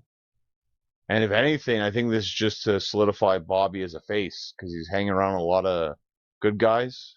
Oh, yeah. So okay. I think maybe it's that. And then off this, we'll see where it goes kind of thing. I don't know if they have a solid idea in terms of a group because you saw like Hayes is from NXT, so they going to bring him up from NXT? I don't think so. I don't know, but maybe, because Bobby seems to be like enlisting them. He's like, hey, I wanted to meet with you guys. Like it's not like, hey guys, let's hang out. It's like, hey, thanks for coming. Let's talk. He seems to be trying to get them involved in something. So maybe, possibly. Could be something for Bobby, something for the Street Profits too. They need something, a little gimmick change. I think it'd be good for them. Joining up with Bobby, doing something with Bobby, maybe more Won't serious. Be a gimmick change. A little bit more serious. Street Profits, no more red cups, no more like yelling and getting all excited. Just more kind of mean and serious. I think it would help, because right now, I think the Street Profits gimmick kind of ran its course.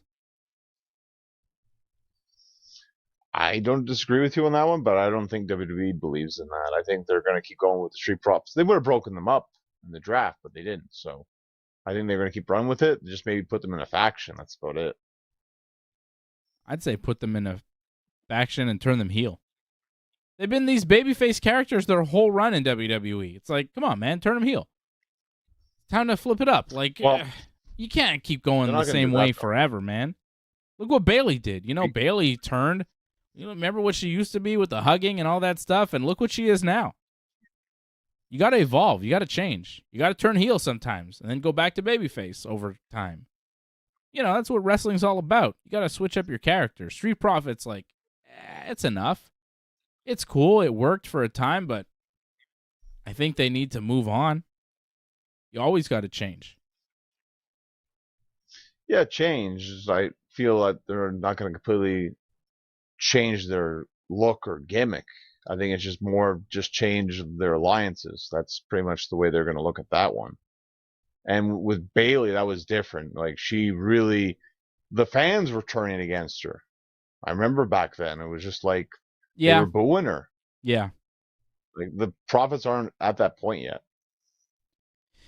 We didn't talk about Cody Rhodes and his promo and the thing with Brock Lesnar. Cody was in his hometown of Atlanta, started off Raw this week, wanted Brock Lesnar to come out and accept his challenge, and then Cody's mother was in the front row, and he talked about his mom and how much he loves her and everything, and he goes to leave.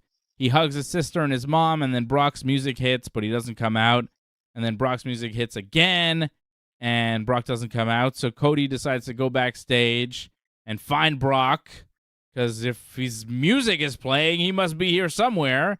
And, of course, he was right in Gorilla, because then a steel chair gets thrown, and Brock is, attacking Cody, and Brock nails Cody with some pretty nasty chair shots.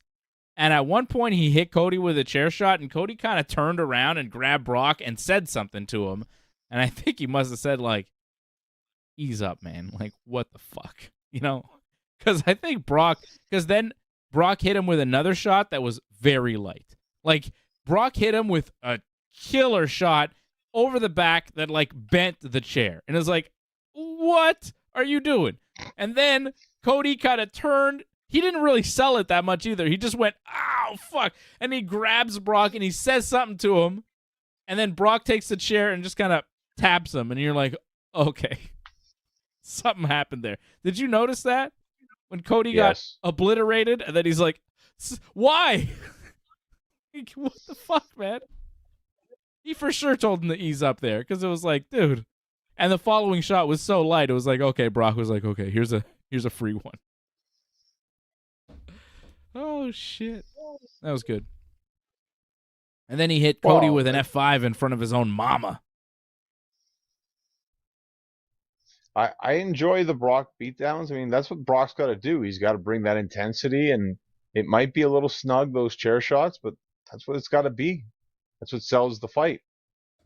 And Cody told him, okay, that was enough. Calm down. And that's what happened. So that's fine. I got no problem with that. Mm-hmm. If anything, I kind of wanted Brock to smash Cody, because I was sick and tired of Cody with the crocodile tears all the time. So yeah. The Cody Brock thing, it was cool because of how intense Brock was. But if Brock wasn't that intense and you don't have that moment, that segment sucks. Because Cody is doing the same thing. He comes out. He talks about his fans. his family, his story, and he cries, And then Brock comes out and he snarls and attacks. And that's all he does. Like, I would prefer Brock get on the screen and be like, "Hey, Cody, your mother sucks." I don't know. Or if he, gets on the screen and talks about Cody and talks to Cody's mom, but he's not there. What's it like to have sex with Dusty Rhodes? How disgusting was it when his greasy body, just really go hard about Dusty Rhodes and having sex with him. I think that would be fun. Don't you think that would be really offensive? You know what I mean? I mean, it's over the line for sure. But if you start talking about, Cody's mom fucking Dusty Rhodes, Cody's dad, I think that's funny, entertaining wrestling promo. And I think if Brock Lesnar does it, it's really disturbing. I would be entertained by that. Am I just a bad person for thinking that? What's it like to fuck Dusty Rhodes? I just feel sex is the wrong way to go. Really? It's just, if you're Cody Rhodes and Brock Lesnar says that to your mom, aren't you really pissed? Doesn't that make you go bananas and you want to attack? I think it's good heat. The best. It's weird. It's weird heat, to be honest. Yeah, but coming from Brock, it's real creepy. I don't know. It's creepy, something like that from odd. Brock. The mom is there. Brock should speak to the mom.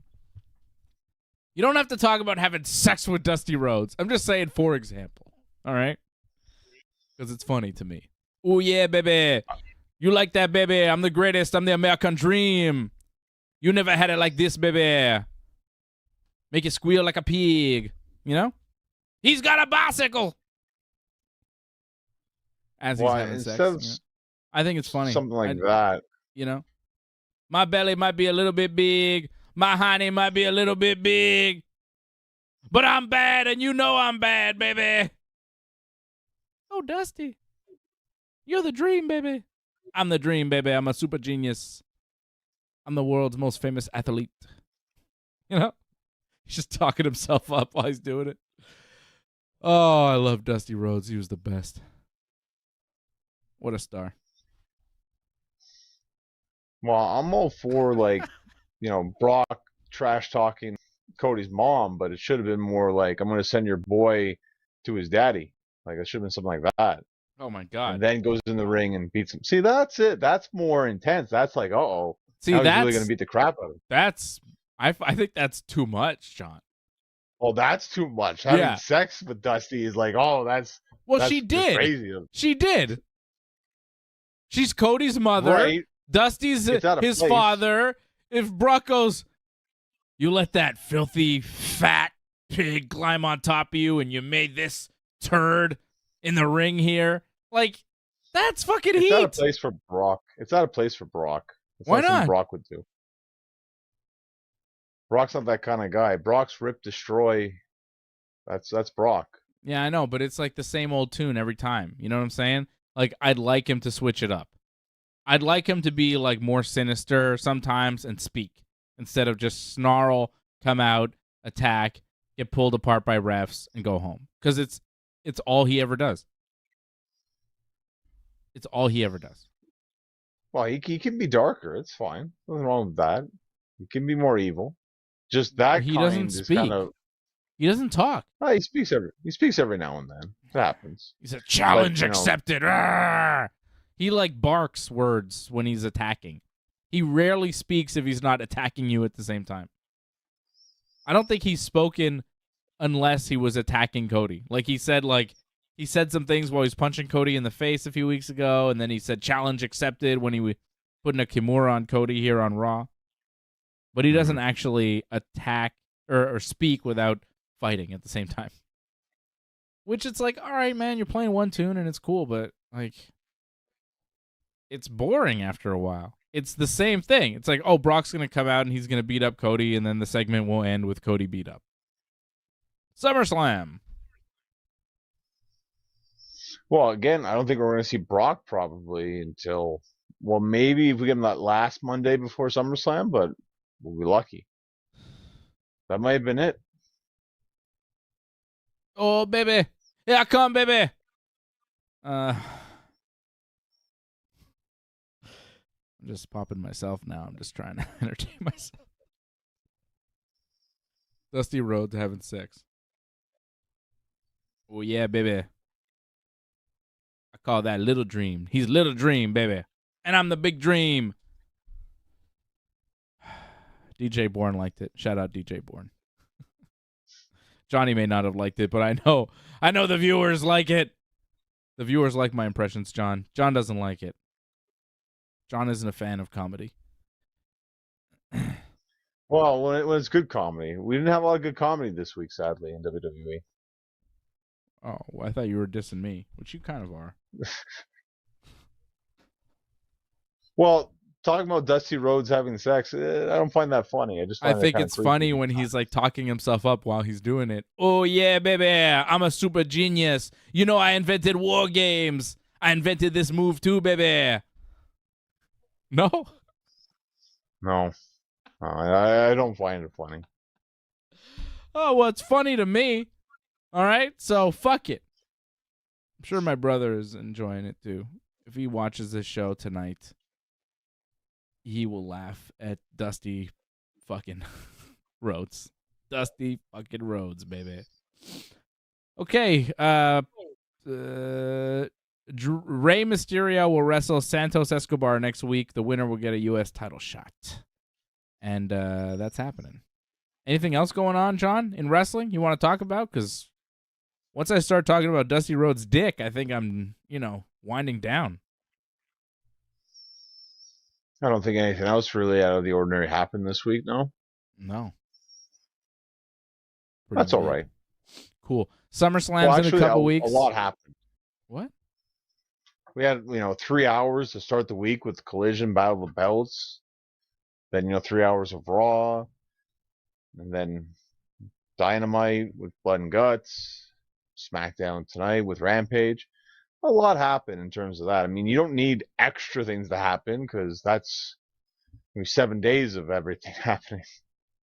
It's already enough stuff that we watch and discuss. You want to see what I do it again today? next week too. What did you get today? I ordered a cool thing today. It's wrestling related. It's a San Diego Comic-Con exclusive action figure Muhammad Ali. It's like a WWE thing? Yeah.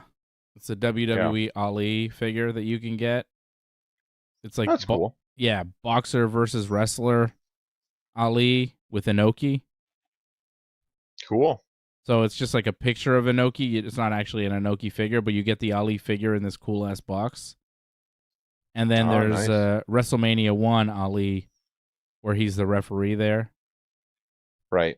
So it's pretty sweet. It's a pretty nice little package with the box there with Ali on the one side, and then there's the other side. And then you fold it out, right? And then it's the two Ali figures. So I ordered this thing, baby. Yeah, I got that because San Diego Comic-Con, they always have really nice exclusives, and the Muhammad Ali double pack, I was like, yeah, come on. First time they ever make a Muhammad Ali figure there, Mattel, WWE, I had to pick that up. The greatest. And it is a sweet little package there. Nice stuff, so. Got that for myself today. Picked up a little treat ski. I ordered it. It'll come out at some point. And I was able to snag the Pira and Mithra amiibo that came out today. I was able to get that 2-pack, so I ordered that too. So big day, John. Big day. Got the amiibo that I needed for the collection to keep it complete. Keep my all North American amiibo release collection complete. And I got Super Mario Oreos this week, John. Have you seen this? I think you've talked about this. I don't know you got this. Oh, I got some. I got Super Mario Oreos. There's like a Mario character design in the Oreo cookie. Each Oreo cookie has like a different design. There's Mario, there's bloopers, there's mushrooms, there's Yoshi, there's Bowser. It's very cool. Very cool special Super Mario Oreos. So Does it taste any differently, or a little bit. I feel like they're thicker. Like the cookie might be a little bit thicker and the cream is a little bit thicker. Maybe they had to make the cookies thicker to be able to carve the design into the cookie. They do feel like slightly thicker Oreos, and I like them. I prefer them. They are a superior Oreo. So yeah, I was, I'm into it. I like it. Jason Pete says Dusty Rhodes promos were hilarious. All right, John. So some people like those Dusty Rhodes promos. a lot of people have weird humor? That's okay. Yeah, like you. Yeah, I guess I have different kind of humor. I guess. Yeah, I'm not into the dancing. You're not into the. You're into the dance. Dancing. Oh yeah, dancing. I was thinking more about Dusty Rhodes going at it. Jimmy James says it is funny. CSL Lorne throwing the laughing face emojis out there. So we're getting, John, I'm just saying, people like Dusty Rhodes fucking talk. Oh yeah, baby. The babies really work in well with the sex talk. I'm the American dream, baby. Ooh yeah. I beat Ric Flair. Oh, baby. All right. That's it. Ric Flair put hard times on Dusty Rhodes. Not Dusty Rhodes about to put hard times on you, if you know what I'm saying, baby. Whoa. Oh? It's pretty good. Dusty's putting hard times on you. You get it? Hard times? Talking about his cock, John. All right. I mean, again, teach their own on what you guys think is funny. What's funny to me is how unfunny you think it is. That's funny. That's the best part of it to me. I love it. John, you're the best. Thank you, everybody, for watching. You are all my friends, and I appreciate you all. Thank you for loving it. Jason Pete. Dusty at a leopard thong moving into position for the pounce. Yeah, you can. I don't think it would be leopard print, though. It'd be polka dot thong, baby. Polka dots, baby. Dusty Rhodes doesn't wear leopard print. He only wears polka dots in the ring and in the bedroom, baby. Shout out Jason Pete out in Mexico, member of the team. Joined.ringsidereport.net. Joined.ringsidereport.net. Shout out to Jason. Shout out to Angelo. Shout out to all the members over at join.ringsidereport.net. Support the channel. Support the Ringside Report Network. We will be back. When will we be back? Are we coming back, John? Is this it? Are we done? Should be the 28th. Thursday, right? I'll be back on Thursday for. You'll be back Thursday. Yeah, Ringside Report MMA. I'll be back Thursday night to preview. Goddamn, UFC 291. Wow, no, it's not double stuff, Lauren. It's not quite double stuff. It's like 1 1/4 stuff. It's like not super noticeable, but it's not double. It's like it's some not pulp, not all pulp. Some pulp. I like some pulp. What are you, Tony Soprano over here? Oh, well, the way you were saying it sounded exactly like that. Oh, Yankees won tonight. Finally, fucking losers. Finally won. Oh wow, you want to talk about the Yankees now? Wow. Okay. Well, no, I'm just gonna mention that they won. I thought you called the season off now. I got them from Amazon, Lauren. You can get them on Amazon. Yeah. Well, the season I think is done. I don't think they're making the playoffs, and if they do, I think they're fucked anyways. But they won a game. I mean, I'm still watching the team because I love the Yankees and I want to see what's going on. But at this point, it is kind of torturous. But when they win, it feels real good still. Like a win is nice. It's just, since the All-Star break, they've lost 5 of 6. Now they were like 3-7 or something, no? Since the break, they lost 2 out of 3 to Colorado, and they got swept by the Angels. So that's it's about 3-7. Yeah. Yeah, they're shit. They're shit. So hopefully they turn it around and get less shit, but I don't think they will. I think that they are just a bad team. They're in last place. It's fucking end of July and they're in last place. Like It's not good. It's time for a rebuild. I think so, which sucks, man, because you just signed Aaron Judge to this massive contract, and it's like, is he just going to sit around and be part of a rebuild now?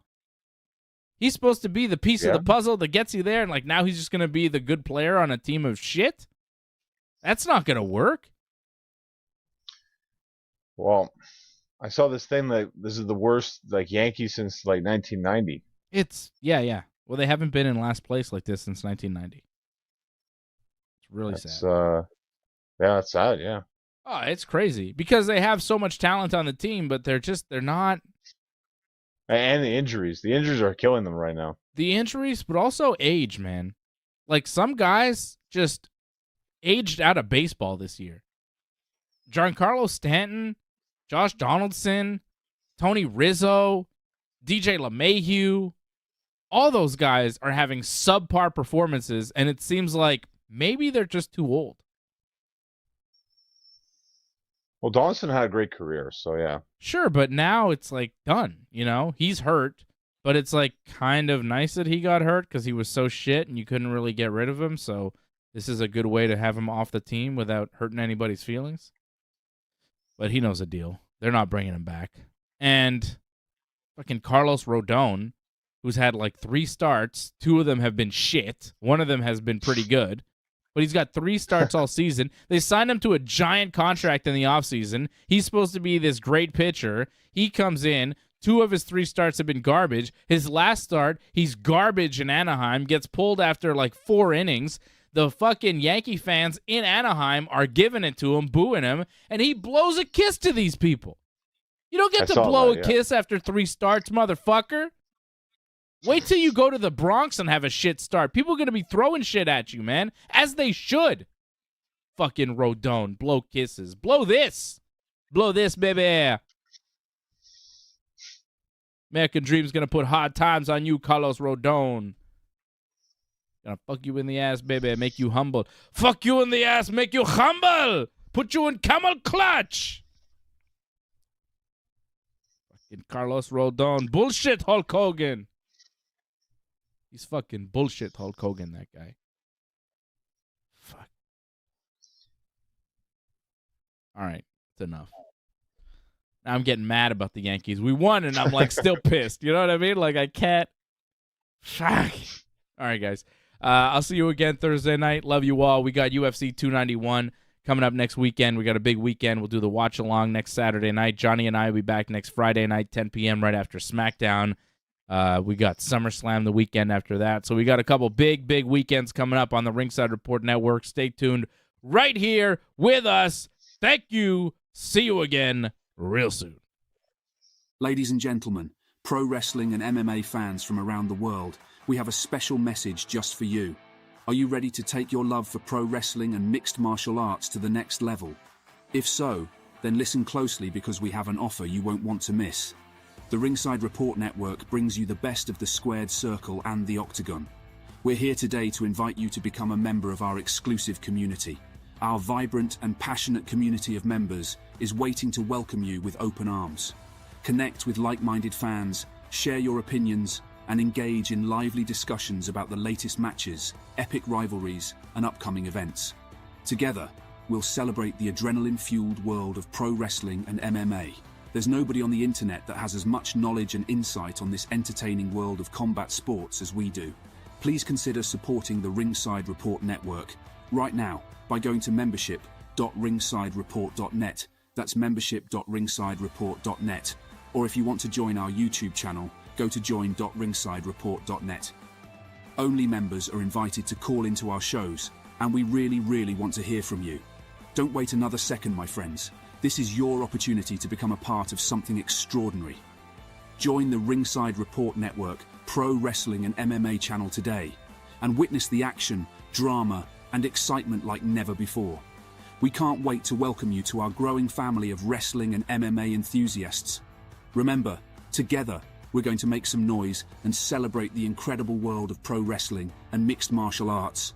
Thanks for joining us today, and we can't wait to speak with you on an upcoming broadcast.